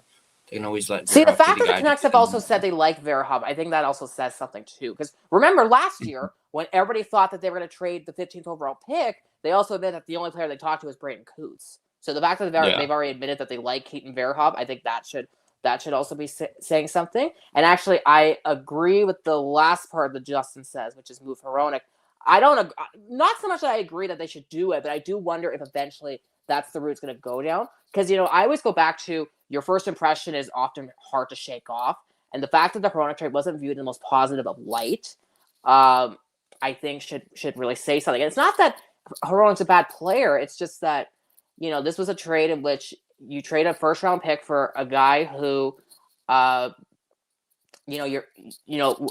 did have some attitude problems in the sense of wasn't happy with his role in Detroit at one point. Like that was reported when he was out there. And also Detroit, they had Moritz Seider they had to sign. So they had cap issues in that sense. And then also the fact that Vancouver had no business trading a first round pick in that trade. Like it was quite an expensive price to pay at that time.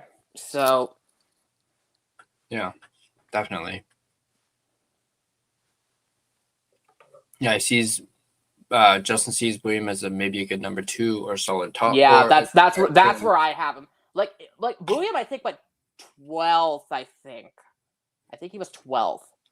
Like so, not a top 10 pick. So not that means much in today's current climate. But I think though the fact that Minnesota was willing to part with him, I think that should say something.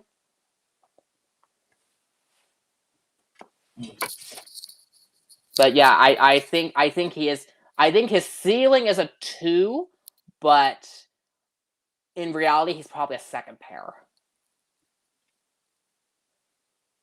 So I agree with that. I see where that's going.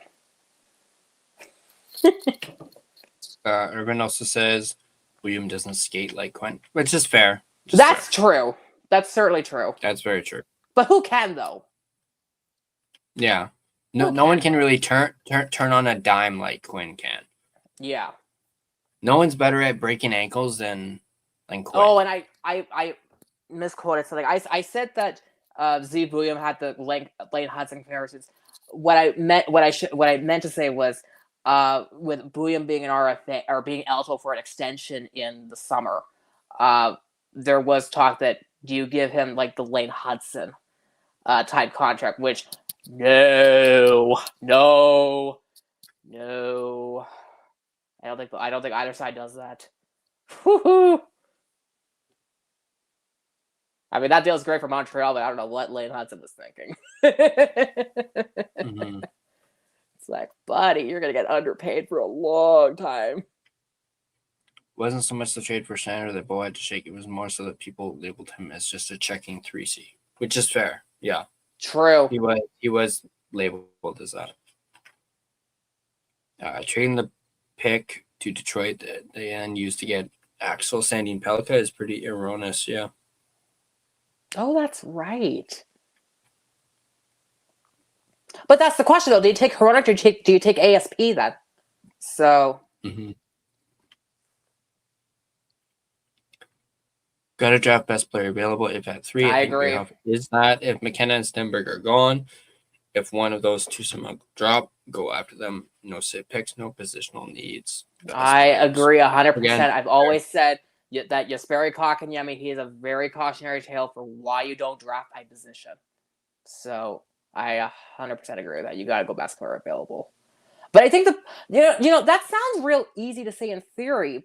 But I think though in practice that's a lot harder to preach when there's so much talent, and so it does get to be a little more challenging in that sense. To be like, okay, it's real easy to say draft plus player available, but how do you not look at your center depth and go, that could use an improvement or whatever. So yeah. But I do agree though.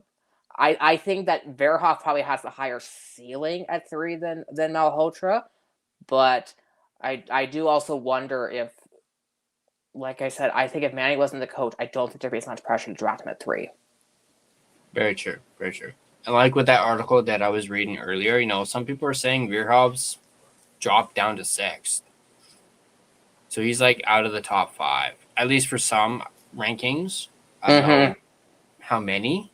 But like it said in that article, he's really dropped off. They're having Chase Reed above him now. Yeah.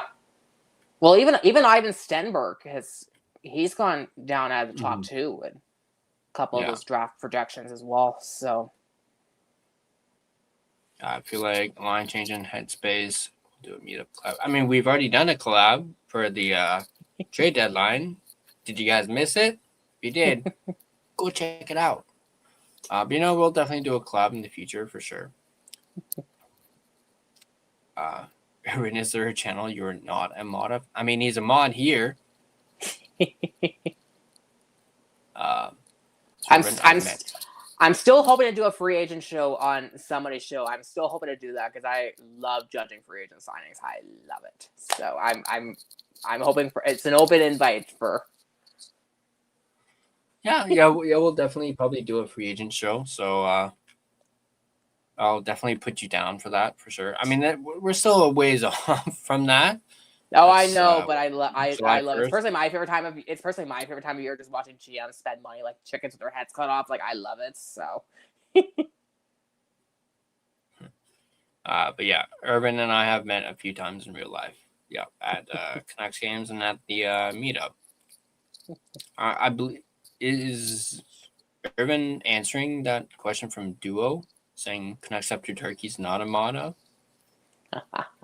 Maybe. Irvin, you might be the most famous Canucks YouTube fan.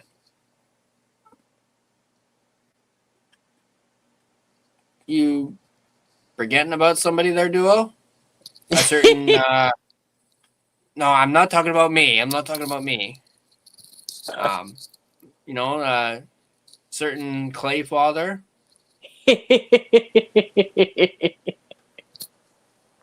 He's currently on a cruise right now, and I hope he's having a absolutely amazing that's so much fun. That's so much fun.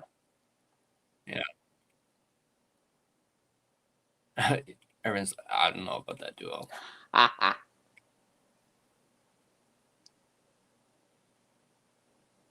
It was interesting. Duo was the one who asked me if I was going to be a guest on. I'm like, I don't know. That's Tyler's decision. Yeah, meet up at Greta would be dope for beers and Canucks talk. Wish I lived in Vancouver. Oh, I mean, I don't live in Vancouver either. So I think I forgot Duo doesn't live in Vancouver. I know Tyler and Joe go to those. I mean, I try and go to as many of them as I can. I'm actually literally waiting for the next one, which is probably going to be closer towards the end of the season. I think they said. So it'll be next month.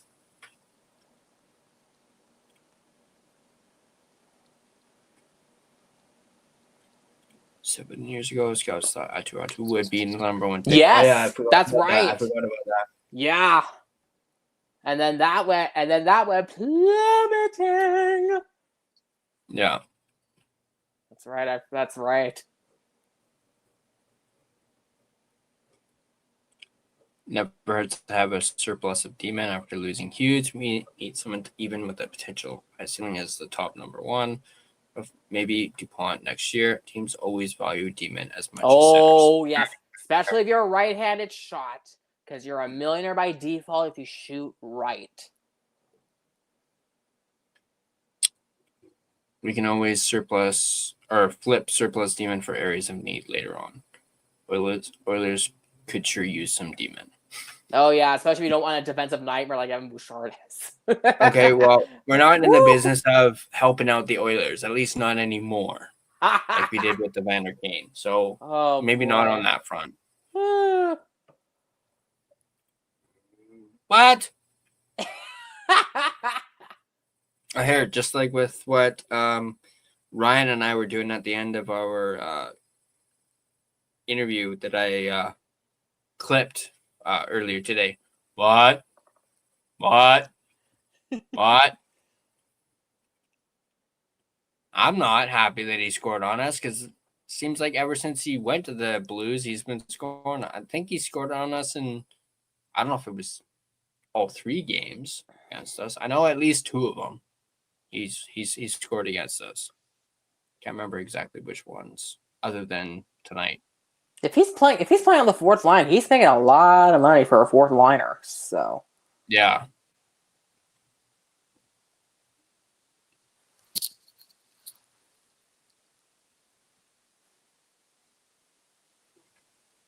MacGyver. There you go.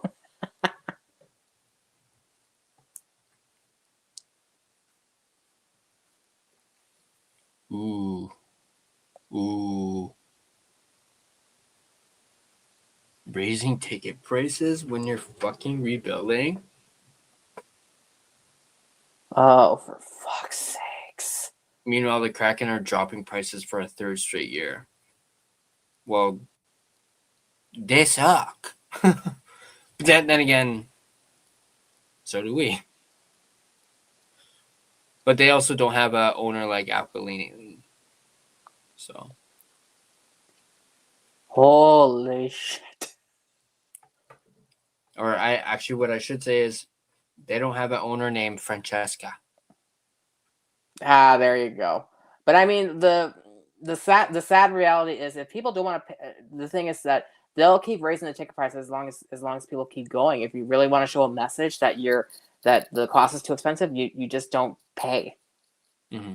Just don't pay, which that's going to be impossible. But the market will tell you what's too expensive, what isn't. So no, I can't even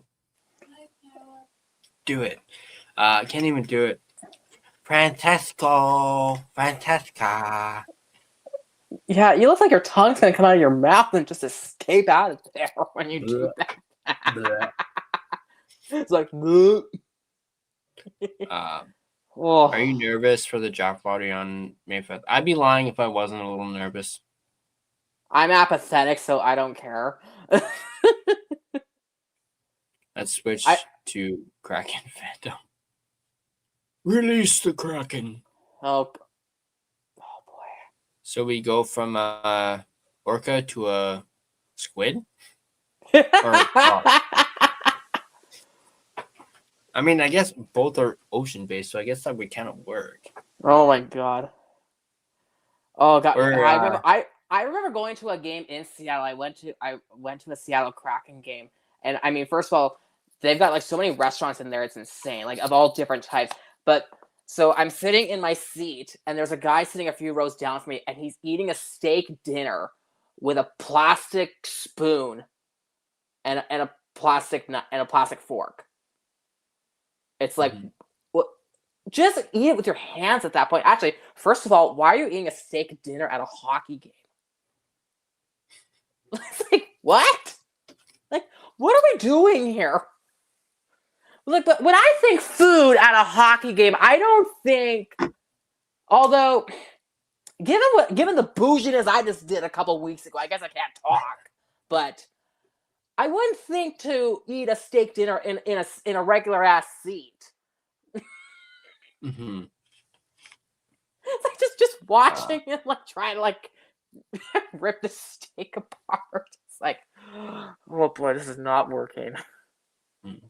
Yeah, I caught a little bit of the abs and they are so much fun to watch. I love watching Montreal. Oh my god, they are so much fun. Yeah, I mean, when it flipped over, there was a little bit of a brouhaha going on with Barzal. He was trying to go after freaking Suzuki. Like he was trying to get into it with, and Suzuki was just like, I want no part of this.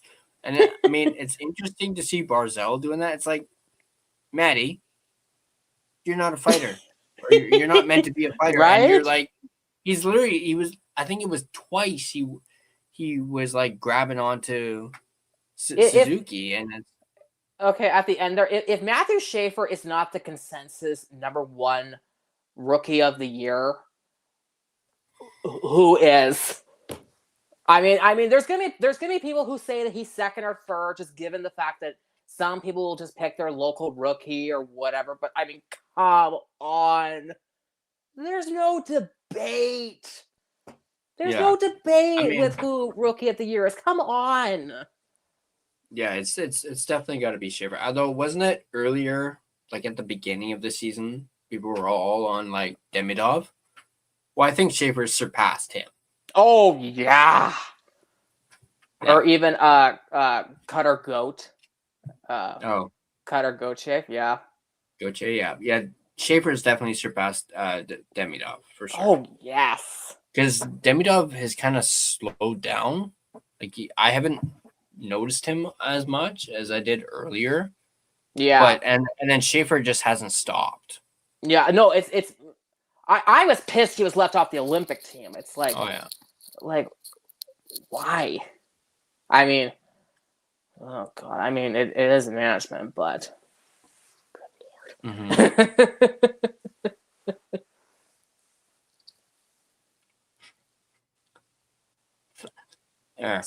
Slavkovsky. I can't do it. Slavkovsky. Slavkovsky. Oh boy, Still feels like my tongue is gonna fall out. Yeah, no, it looks like your tongue is trying to escape your mouth every time you try and do it. To which mine's gone. Don't look for mine. I'm screwed either way because Canucks and Jets aren't making the playoffs. Oh, that's unfortunate. Yeah, the Kraken. Oh yeah, that is cool. That is cool. Yes, I do remember that when I was in Seattle. That was very cool. But do you know what would make it even better? Is if they had Liam Neeson say, "Release the Kraken," and then they come out. I still think they missed an opportunity there. I really think. I really do think. 100%. Who cares how much it costs you? Just pay the fucking man and have him do it. It's perfect. It's Liam Neeson. Come on. Yeah. Like, good lord, you can afford some money for that. You paid like $650 million to expand into Seattle. Like, you can afford paying Liam Neeson to do it. Mm-hmm. Yeah. The Jets lose. Ooh, I'm sorry, Harry. ooh, whoopsies.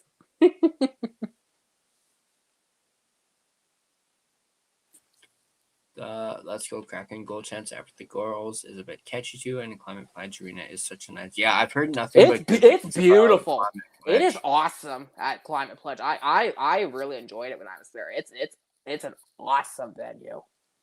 Yeah, I've heard nothing but good things about it, and how it has two scoreboards, one in each corner. Because the building itself it can't hold the weight of a normal jumbotron. That's why it has the two separate scoreboards, is to balance out the weight of the building. Because it's actually the oldest arena in the NHL. And isn't it true that they mentioned that you have to walk downstairs? Yes, you do. To like get into the arena. Yep. The arena is actually underground. It's underground. Yeah. Wow. Yep. So and cool, hey, though. modern self checkouts at some concessions. What? Yeah. All right, get me down to freaking Seattle. See a Kraken game. Oh, it was so much fun, man. It was awesome. I'm pretty sure it is in downtown Seattle.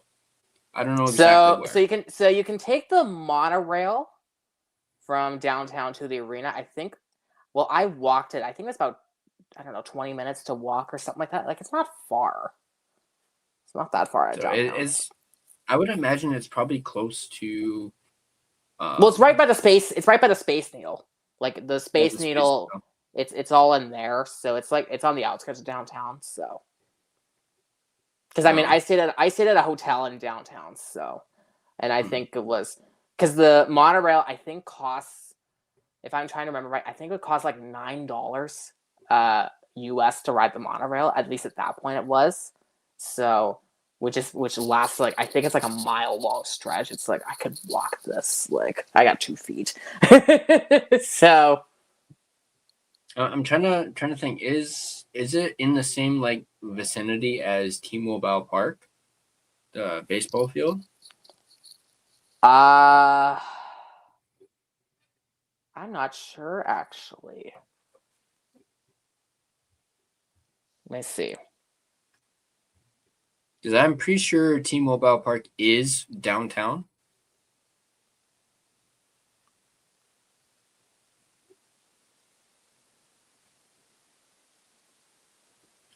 So it's about 5 kilometers, 5-kilometer stretch between. But yeah, it does look like it's in downtown or further in. So. Mm-hmm. Here, let's see if I don't know if I can pull that up. No, that's not gonna work. Yeah, no, it is further in downtown. So, but I mean, it's a beautiful facility. Shaper should win it by far, but gotta give some respect to Seneca. Yeah. Oh yeah. For the Ducks. I think because of the fact that Cutter Gauthier is second in points for rookies, we kind of forget about the fact that Beckett Seneca is rookie as well. I think he kind of gets lost in the fold. Wait, wasn't he drafted last year? Last year or the year before, and he went second? Yeah, I want to say I think he went second.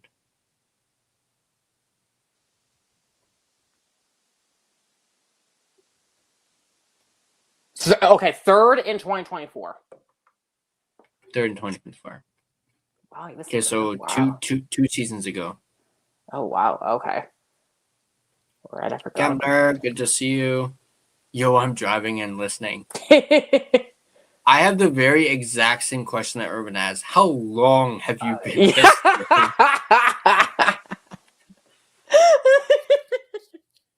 Oh, I'm so sorry, Trev. Whoopsies.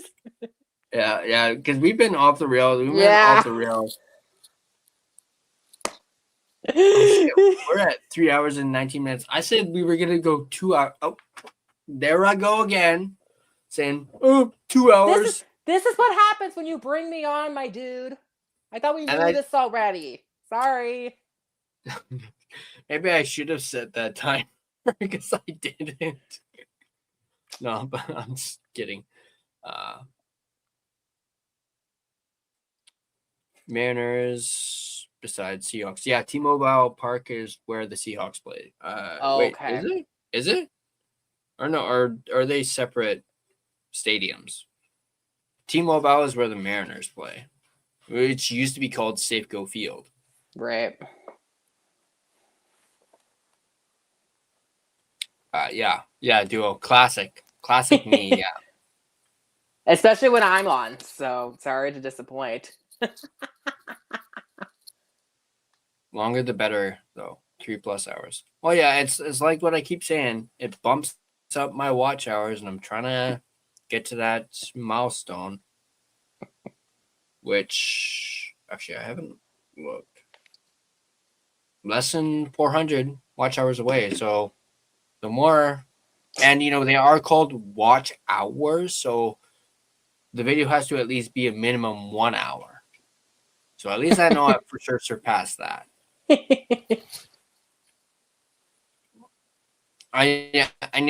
That's a big reason why I'm wondering how long has Trev been listening. Because if it's on Spotify and it's just flat out audio, you probably don't know what the fuck is going on. At least with video, you can actually visually see, but with just audio, you're probably just going like, and be visually horrified while you're at it. Yeah. Yeah, while you're probably listening to the audio, you're probably like that thing with Peanut with the deaf and was it the lazy deaf eye, people? deaf and lazy eye. Yeah, the lazy eye and deaf people going. Yeah.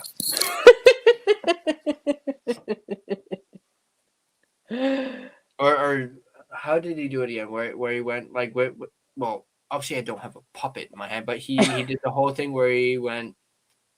You can hear like his mouth, his mouth like moving as he's doing it.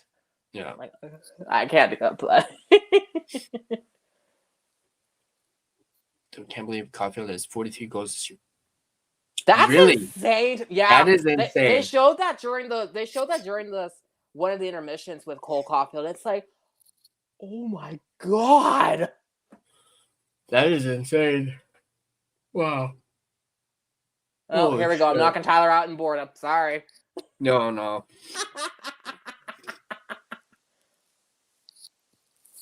That is insane. That's crazy. I mean, I knew he got to 43, but I didn't realize that little fun little fact there. I don't think it's like that many power play goals either. I think it's not even 10. I think most of them are at even strength, or like more than 80%. Damn.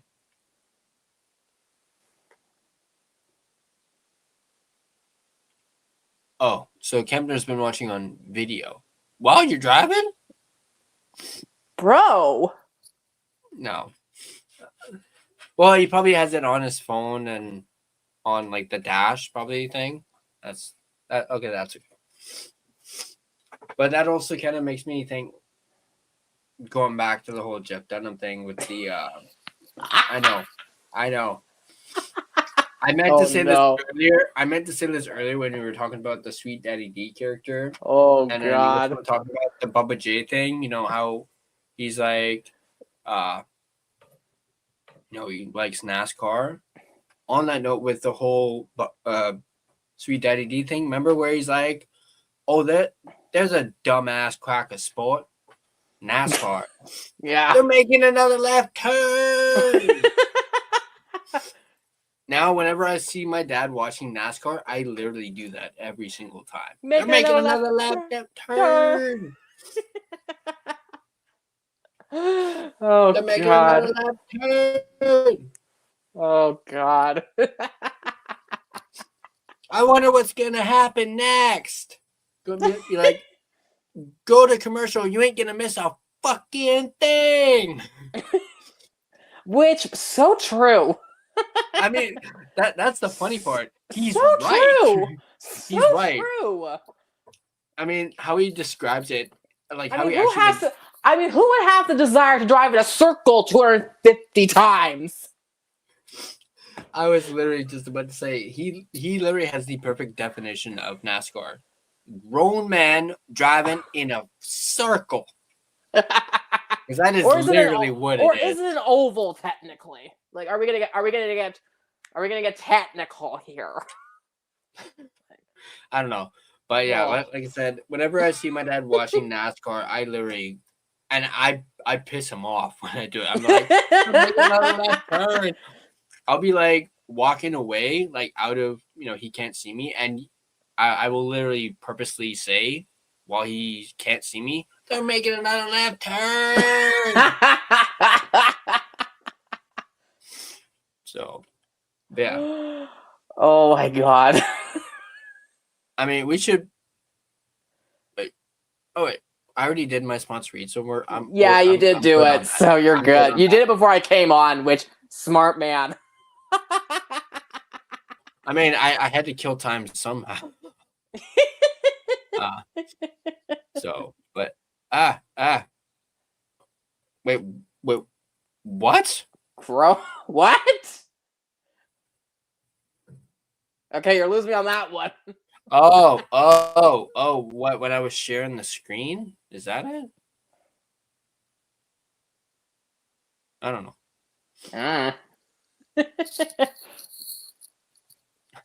Irvin? No. No.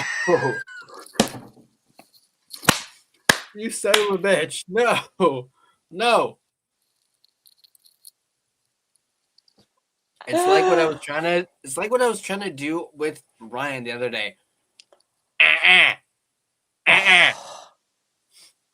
Actually, what I should have done with Ryan is instead of the Stone Cold thing that I cannot freaking do the whole LA night. Nah. No, I can't do it. I can't do it. Caulfield, 10 power play goals, 9 game-winning goals, 208 shots. Wow. Dang. Shit.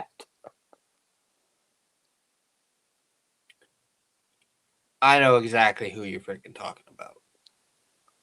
I know exactly who you're talking about. I need another hint.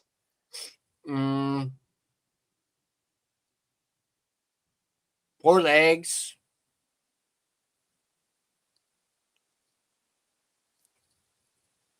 Bushy tail. Slap on a pair of skates and they go, whoosh. Who am I? I might get back to you on that one.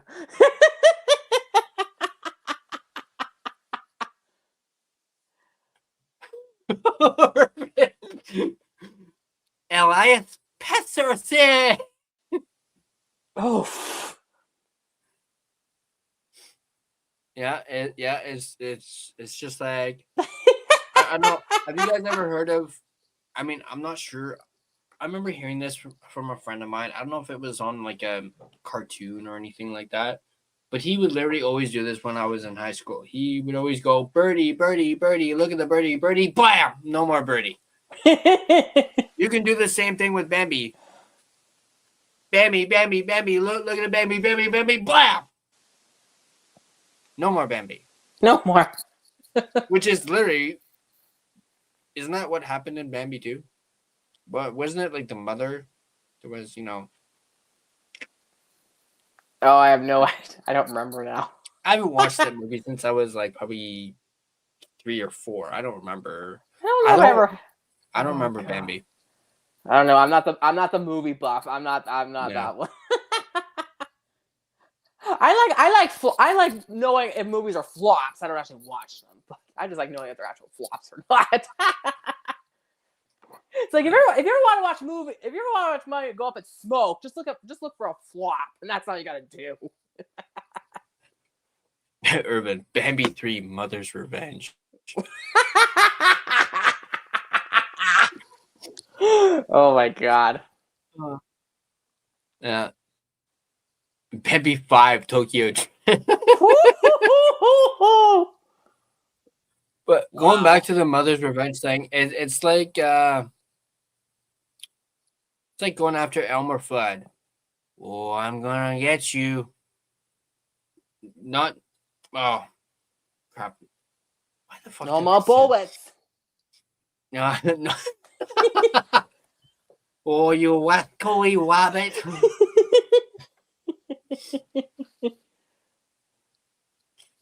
Oh, geez, Steve. If you don't remember the movie Bambi, just watch AP40.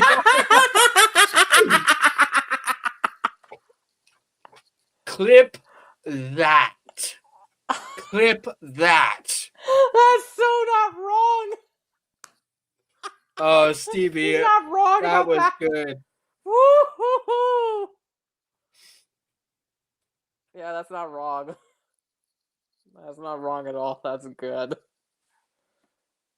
Bambi 9, The Revenge of JT. The Revenge of the Sith. The what? That's this. That's this. May the fourth be with you.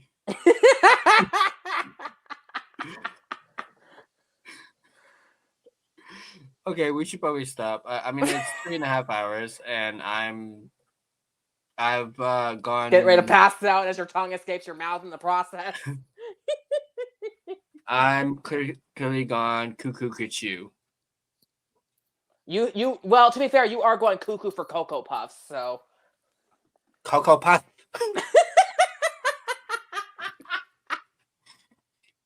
Oh my god. Sorry. All right, we'll probably close it there. But man, Rain, this has been good. This has been a blast. This is great. This is good. Like I said, 3.5 hours, and I literally was only gonna go 2 hours, so we went an If extra hour and a that. half, Yeah, sorry. and we had a bunch of Damn it, Irvin!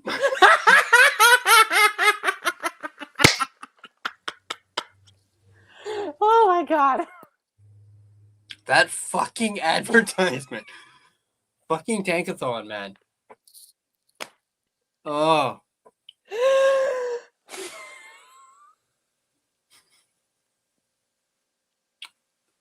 Oh, man.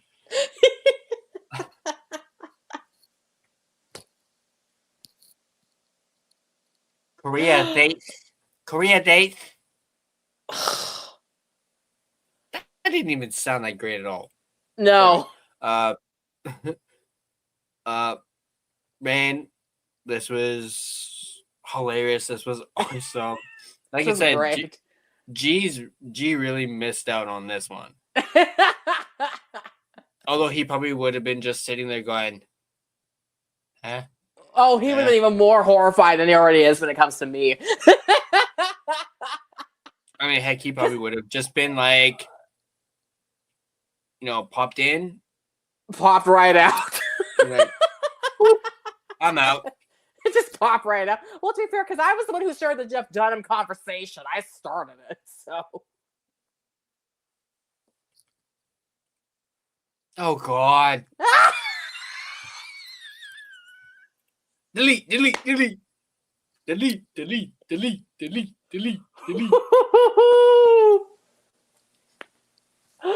Oh my god. Oh, this is great.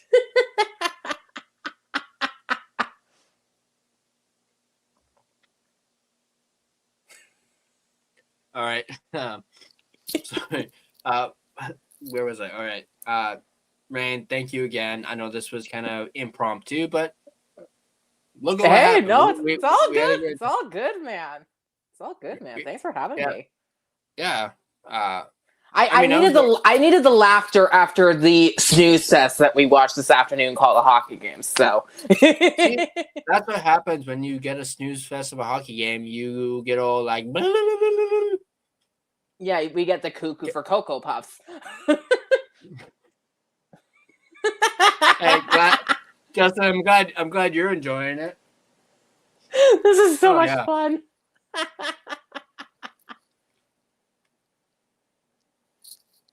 Fuck, kind of makes me want to keep going with the whole this thing.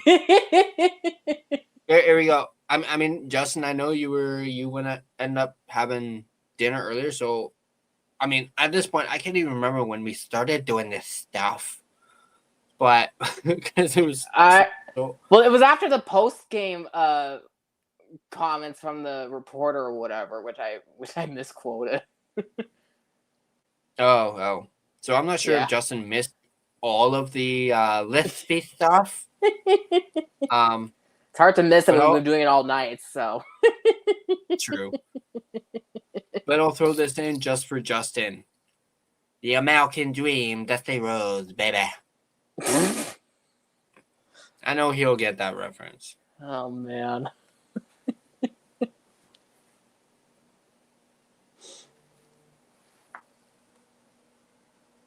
Very true. Very true.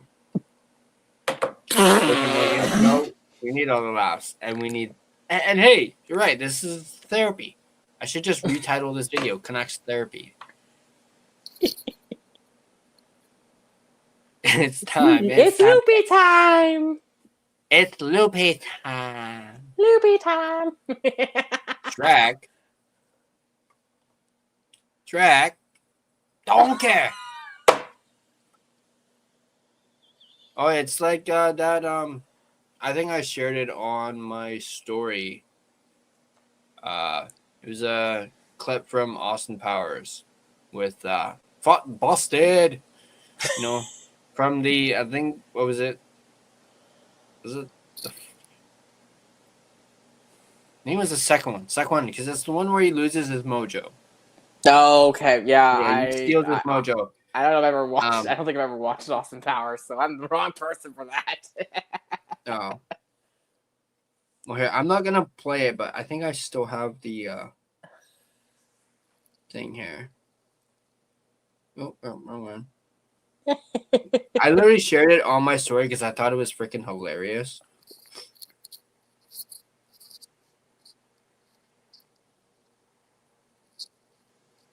Basically, let's see.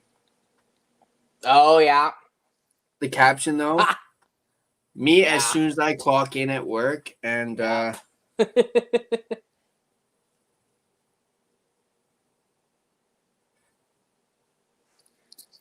I can't. Damn, it doesn't. You know what? I'm not monetized, so I don't think I'll get copyrighted. But, I mean, it's only a clip. Or not give a shit. Well, here. God damn it, Urban! I just saw that message you just sent me. I know you just sent me. You got it too. Dang it! Here, let me see if I can. You got it too. What's things fast? When's your shitter? I've got a turtle head poking out. Charming. I'm not kidding. I got fun to choke a donkey. Oh, it's spongy. Oh, Christ, I'm getting all emotional from it, huh? I don't know if you could really hear a whole lot of that. I got a turtle head poking out. You know, speaking of a donkey. Anyway, we should probably end it. I mean, I said this like what 5 minutes ago. Jeez. Yeah. Yes, that was the one. The Spy That Shagged Me was the second one. The one with Heather. Is it Heather Graham? Is her name? She was in this one. I'm going to. Yes, that was her. Holy fuck, she's 56 years old. God damn. Wow.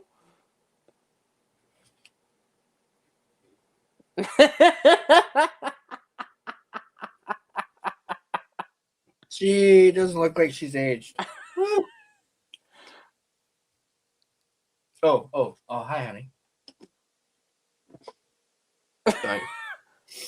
But yeah. Too late for that.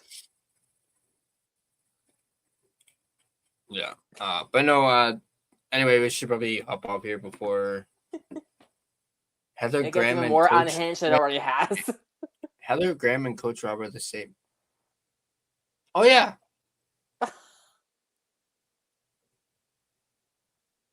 All right. What the Wow. fuck did Irvin send me?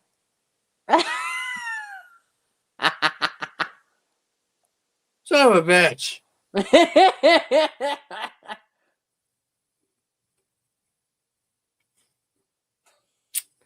Fucking Makai. I mean, So to be fair, I don't even know what I just said, but all I know is that my dad says it all the freaking time. Anyway, we'll jump off. I know, again, I said this literally 5 freaking minutes ago. Thank you for coming on, Rain. Really appreciate it. This was thanks for having me. as loopy and crazy as this has been. This was a lot of fun. This Like was you said, awesome. You know, as what Stevie says, loopy fiasco. Oh, and yeah, I guess with the third Austin Powers movie, Gold member. I love gold. Imagine saying that with a list. I don't even think you can say that with a list. I love gold. All I can say is I better never hear G say that I'm unhinged again after this appearance. I guess the only way you can do it with a lisp is I love gold. That's the only way you can really say it. Yeah, it still doesn't work though. Doesn't quite work as well. Yeah. All right. Well, again, I feel like I've said this 5 times now. Thank you again, no, Rain. please keep it going. No, I'm kidding. Yeah. I'll give you your flowers. Give you your flowers. I don't know if I want them now. This was a lot of fun. A lot of like reminiscing about, Jeff Dunham. Hey, but hey, I'm glad you and I both. Hey, maybe you and I can talk more about that in the future. Oh, 100%. I'm so down for that. Oh yeah, definitely. 100%. I am so down. Because I've watched so much of his stuff, and it's great. I mean, don't get me wrong. My wife loves his stuff too, but just being able to talk to somebody about like the jokes and not worry about snowflakes. No. Yeah. Thank you. Thank you. So, but this was awesome. This was great. We'll definitely do this. Maybe not 3 hours and 43 minutes, but we'll definitely do something like this again. I promise my next appearance I'll talk more hockey if that's what people actually want. Yeah. Yeah, definitely. But this was a lot of fun. This was great. And yeah, thanks for coming on. Really appreciate it, man. Thanks for having me. Yeah, no worries. All right. There we go. Big Brain Rain in the house doing some shenanigans here on the line change. Doing our classic, we're only going to be an hour and 30 minutes. We're only going to be 2 hours. I don't know why I'm sounding like that, by the way. And we end up doing 3 hours and 44 minutes. But for those of you that are still around, and hey, it's not like this was an after dark one either. So it kind of works out. It's about, just after 11. So, of course, as I mentioned earlier, we'll be doing a post game on Tuesday for the game against the Ducks. The Ducks. The Ducks. With Radko Gudish eligible to return. No. I used to be pretty good at doing a Donald Duck thing. I don't think I can do it now, but hang on. Give me one. I'll try and do, because this actually hurts my throat doing it if I do it too much. Let me see.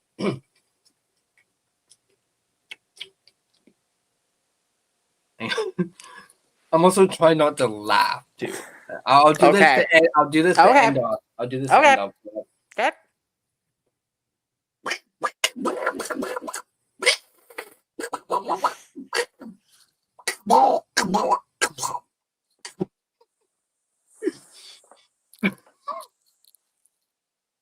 I can't. That is literally the only word I can say, and I think it's like Gable or something like that. I don't know. Yeah, say good night. Not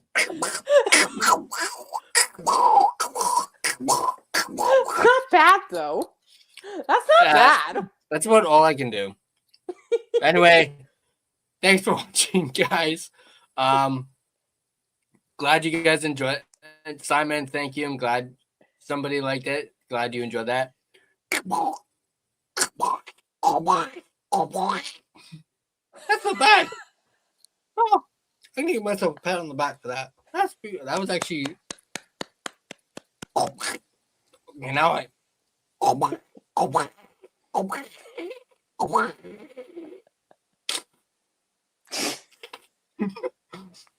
right, thanks for watching, guys, and we will catch you in the next post game show.